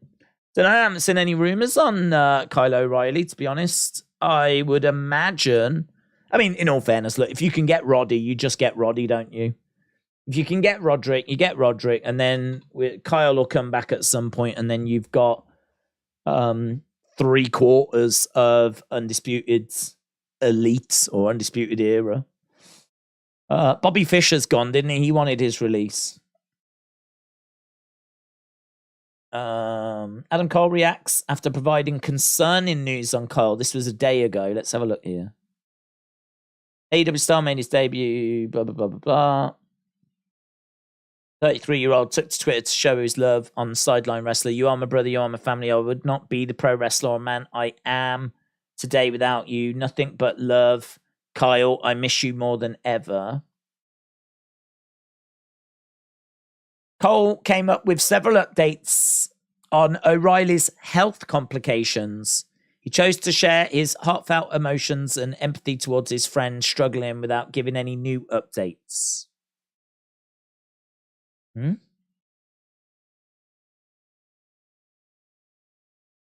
Whilst this message seemed sweet and wholesome, deep down it possessed a negative tone that didn't go unnoticed. People wondered if Kyle O'Reilly was safe and healthy. Cole had to comment to clarify. Kyle is okay. I'm just showing some love. Oh, God, I hate these flipping news sites that just really stretch out these stories. Kyle O'Reilly message here. Oh, this is from, this is months ago, though. New year, new me. I hate how cheesy and cliche that sounds. But in the case of Kyle O'Reilly in 2023, it rings very true. Dealing with a post-surgical issue that will be disclosed at a later date. It's caused me a lot of frustration. I've spent a few months of 2022 with anger and confusion. In order for me to return to the ring, I simply cannot come back as good as I was. I have to be better in every aspect. I will train better, eat smarter, and recover with intention. Many of you are aware with my battle with type 1 diabetes, and that also put me at a disadvantage in regards to my recovery. Thankfully, working with the diabetic fighter has inspired me to regain control of my life and hop off the blood sugar roller coaster. I cannot recommend this man's services enough. I haven't spoken much about my injury and my mental struggles that I've faced, but I'm realizing how therapeutic it is just to write this down. Our words have got so much power, even if you're just thinking them or writing them down. So a new me is a necessity to ensure that I will once again have the honor and privilege of walking down the ramp and stepping through those ropes. Expect more from me as the months go by and witness a glimpse into how I rebuild and retrain for a return that I can't wait for you to see. I don't know when he posted this. This looks like an Instagram post, maybe around January time because it says New Year, New Me. But I mean, that does sound very, not dark, but like, do you know what I mean? He ain't out with a broken ankle. He's talking about how like really struggling with mental health, talking about how his diabetes is being a barrier, and seems like there's quite a bit there going on. So yeah, it'd be great to see him back, to be honest. It'd be great to get him back, and I hope that this is a sign that he's going to be on his way soon, you know. But I can relate with the diabetes, says Maggie. Type 1 is worse than type 2. Christopher said, wrestling news reports there's a rumor that Big E will be in the draft and could have a feud with Gunther. Like MLB and NBA have guaranteed contracts. I've been battling with diabetes. Maybe I'm an athlete too, says John. I think you are, mate. I think you are. Brenton said, from what I'm seeing, he tweeted some after the Adam Cole handcuff thing and said he was working on his comeback. Cool. Well, hopefully we get some good news soon. And yeah, I mean, I'm sure he'll get a bit of a lift, a boost from seeing Adam Cole and Kyle Roderick in the ring tonight. I'm sure that'll be a nice image for him. So nothing but love for Kyle O'Reilly.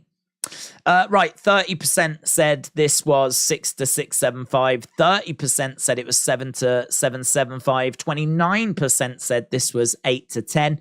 And 9% said it was 575 or below. Legend Killer, shout out to you. Good thing I'm the boss and I don't have to pick that group, says Jax. Big Time Baxter said, Undisputed Era was a stable in NXT, the top faces of the brand. Cole showed up in AEW and NXT fans could care less about tuning in. Yeah. I mean, I think that there is, I mean, there was a war going on, wasn't there, between NXT and AEW? And I think if you're a hardcore NXT fan, I don't know that you're going to be willing to tune into AEW to watch Adam Cole. Some will. But there'll be some that just, that's it, you know. It's kind of like when your favorite player goes to a different football team, you know. It's time to find a new favorite player in it. Time to find, listen, they might have lost Adam Cole, but they got scripts now. So, do you know what I mean? They can stand scripts instead. So they've moved on. Time waits for nobody. So, right, we're done. Big shout out to everyone that joined us tonight. Hope you got something out of that show. I mean, if not, even if you hated the show, we got Roderick Strong, so it's definitely worth tuning in just for that. So we got that. Obviously, our next stream on Friday is the draft. OMG, that stream is going to be huge, right? Big weekend coming up on Friday, on Monday. Do not miss it. Who is going on what brand? Are we getting NXT call-ups? Are we getting people returning from injury? Are we getting tag team split up? Are we getting new factions being made? It is all going down on Friday for SmackDown. It's a big weekend. So appreciate you joining us, and get some sleep, get some rest, because as we said, Friday is going to be a big day. Bye for now.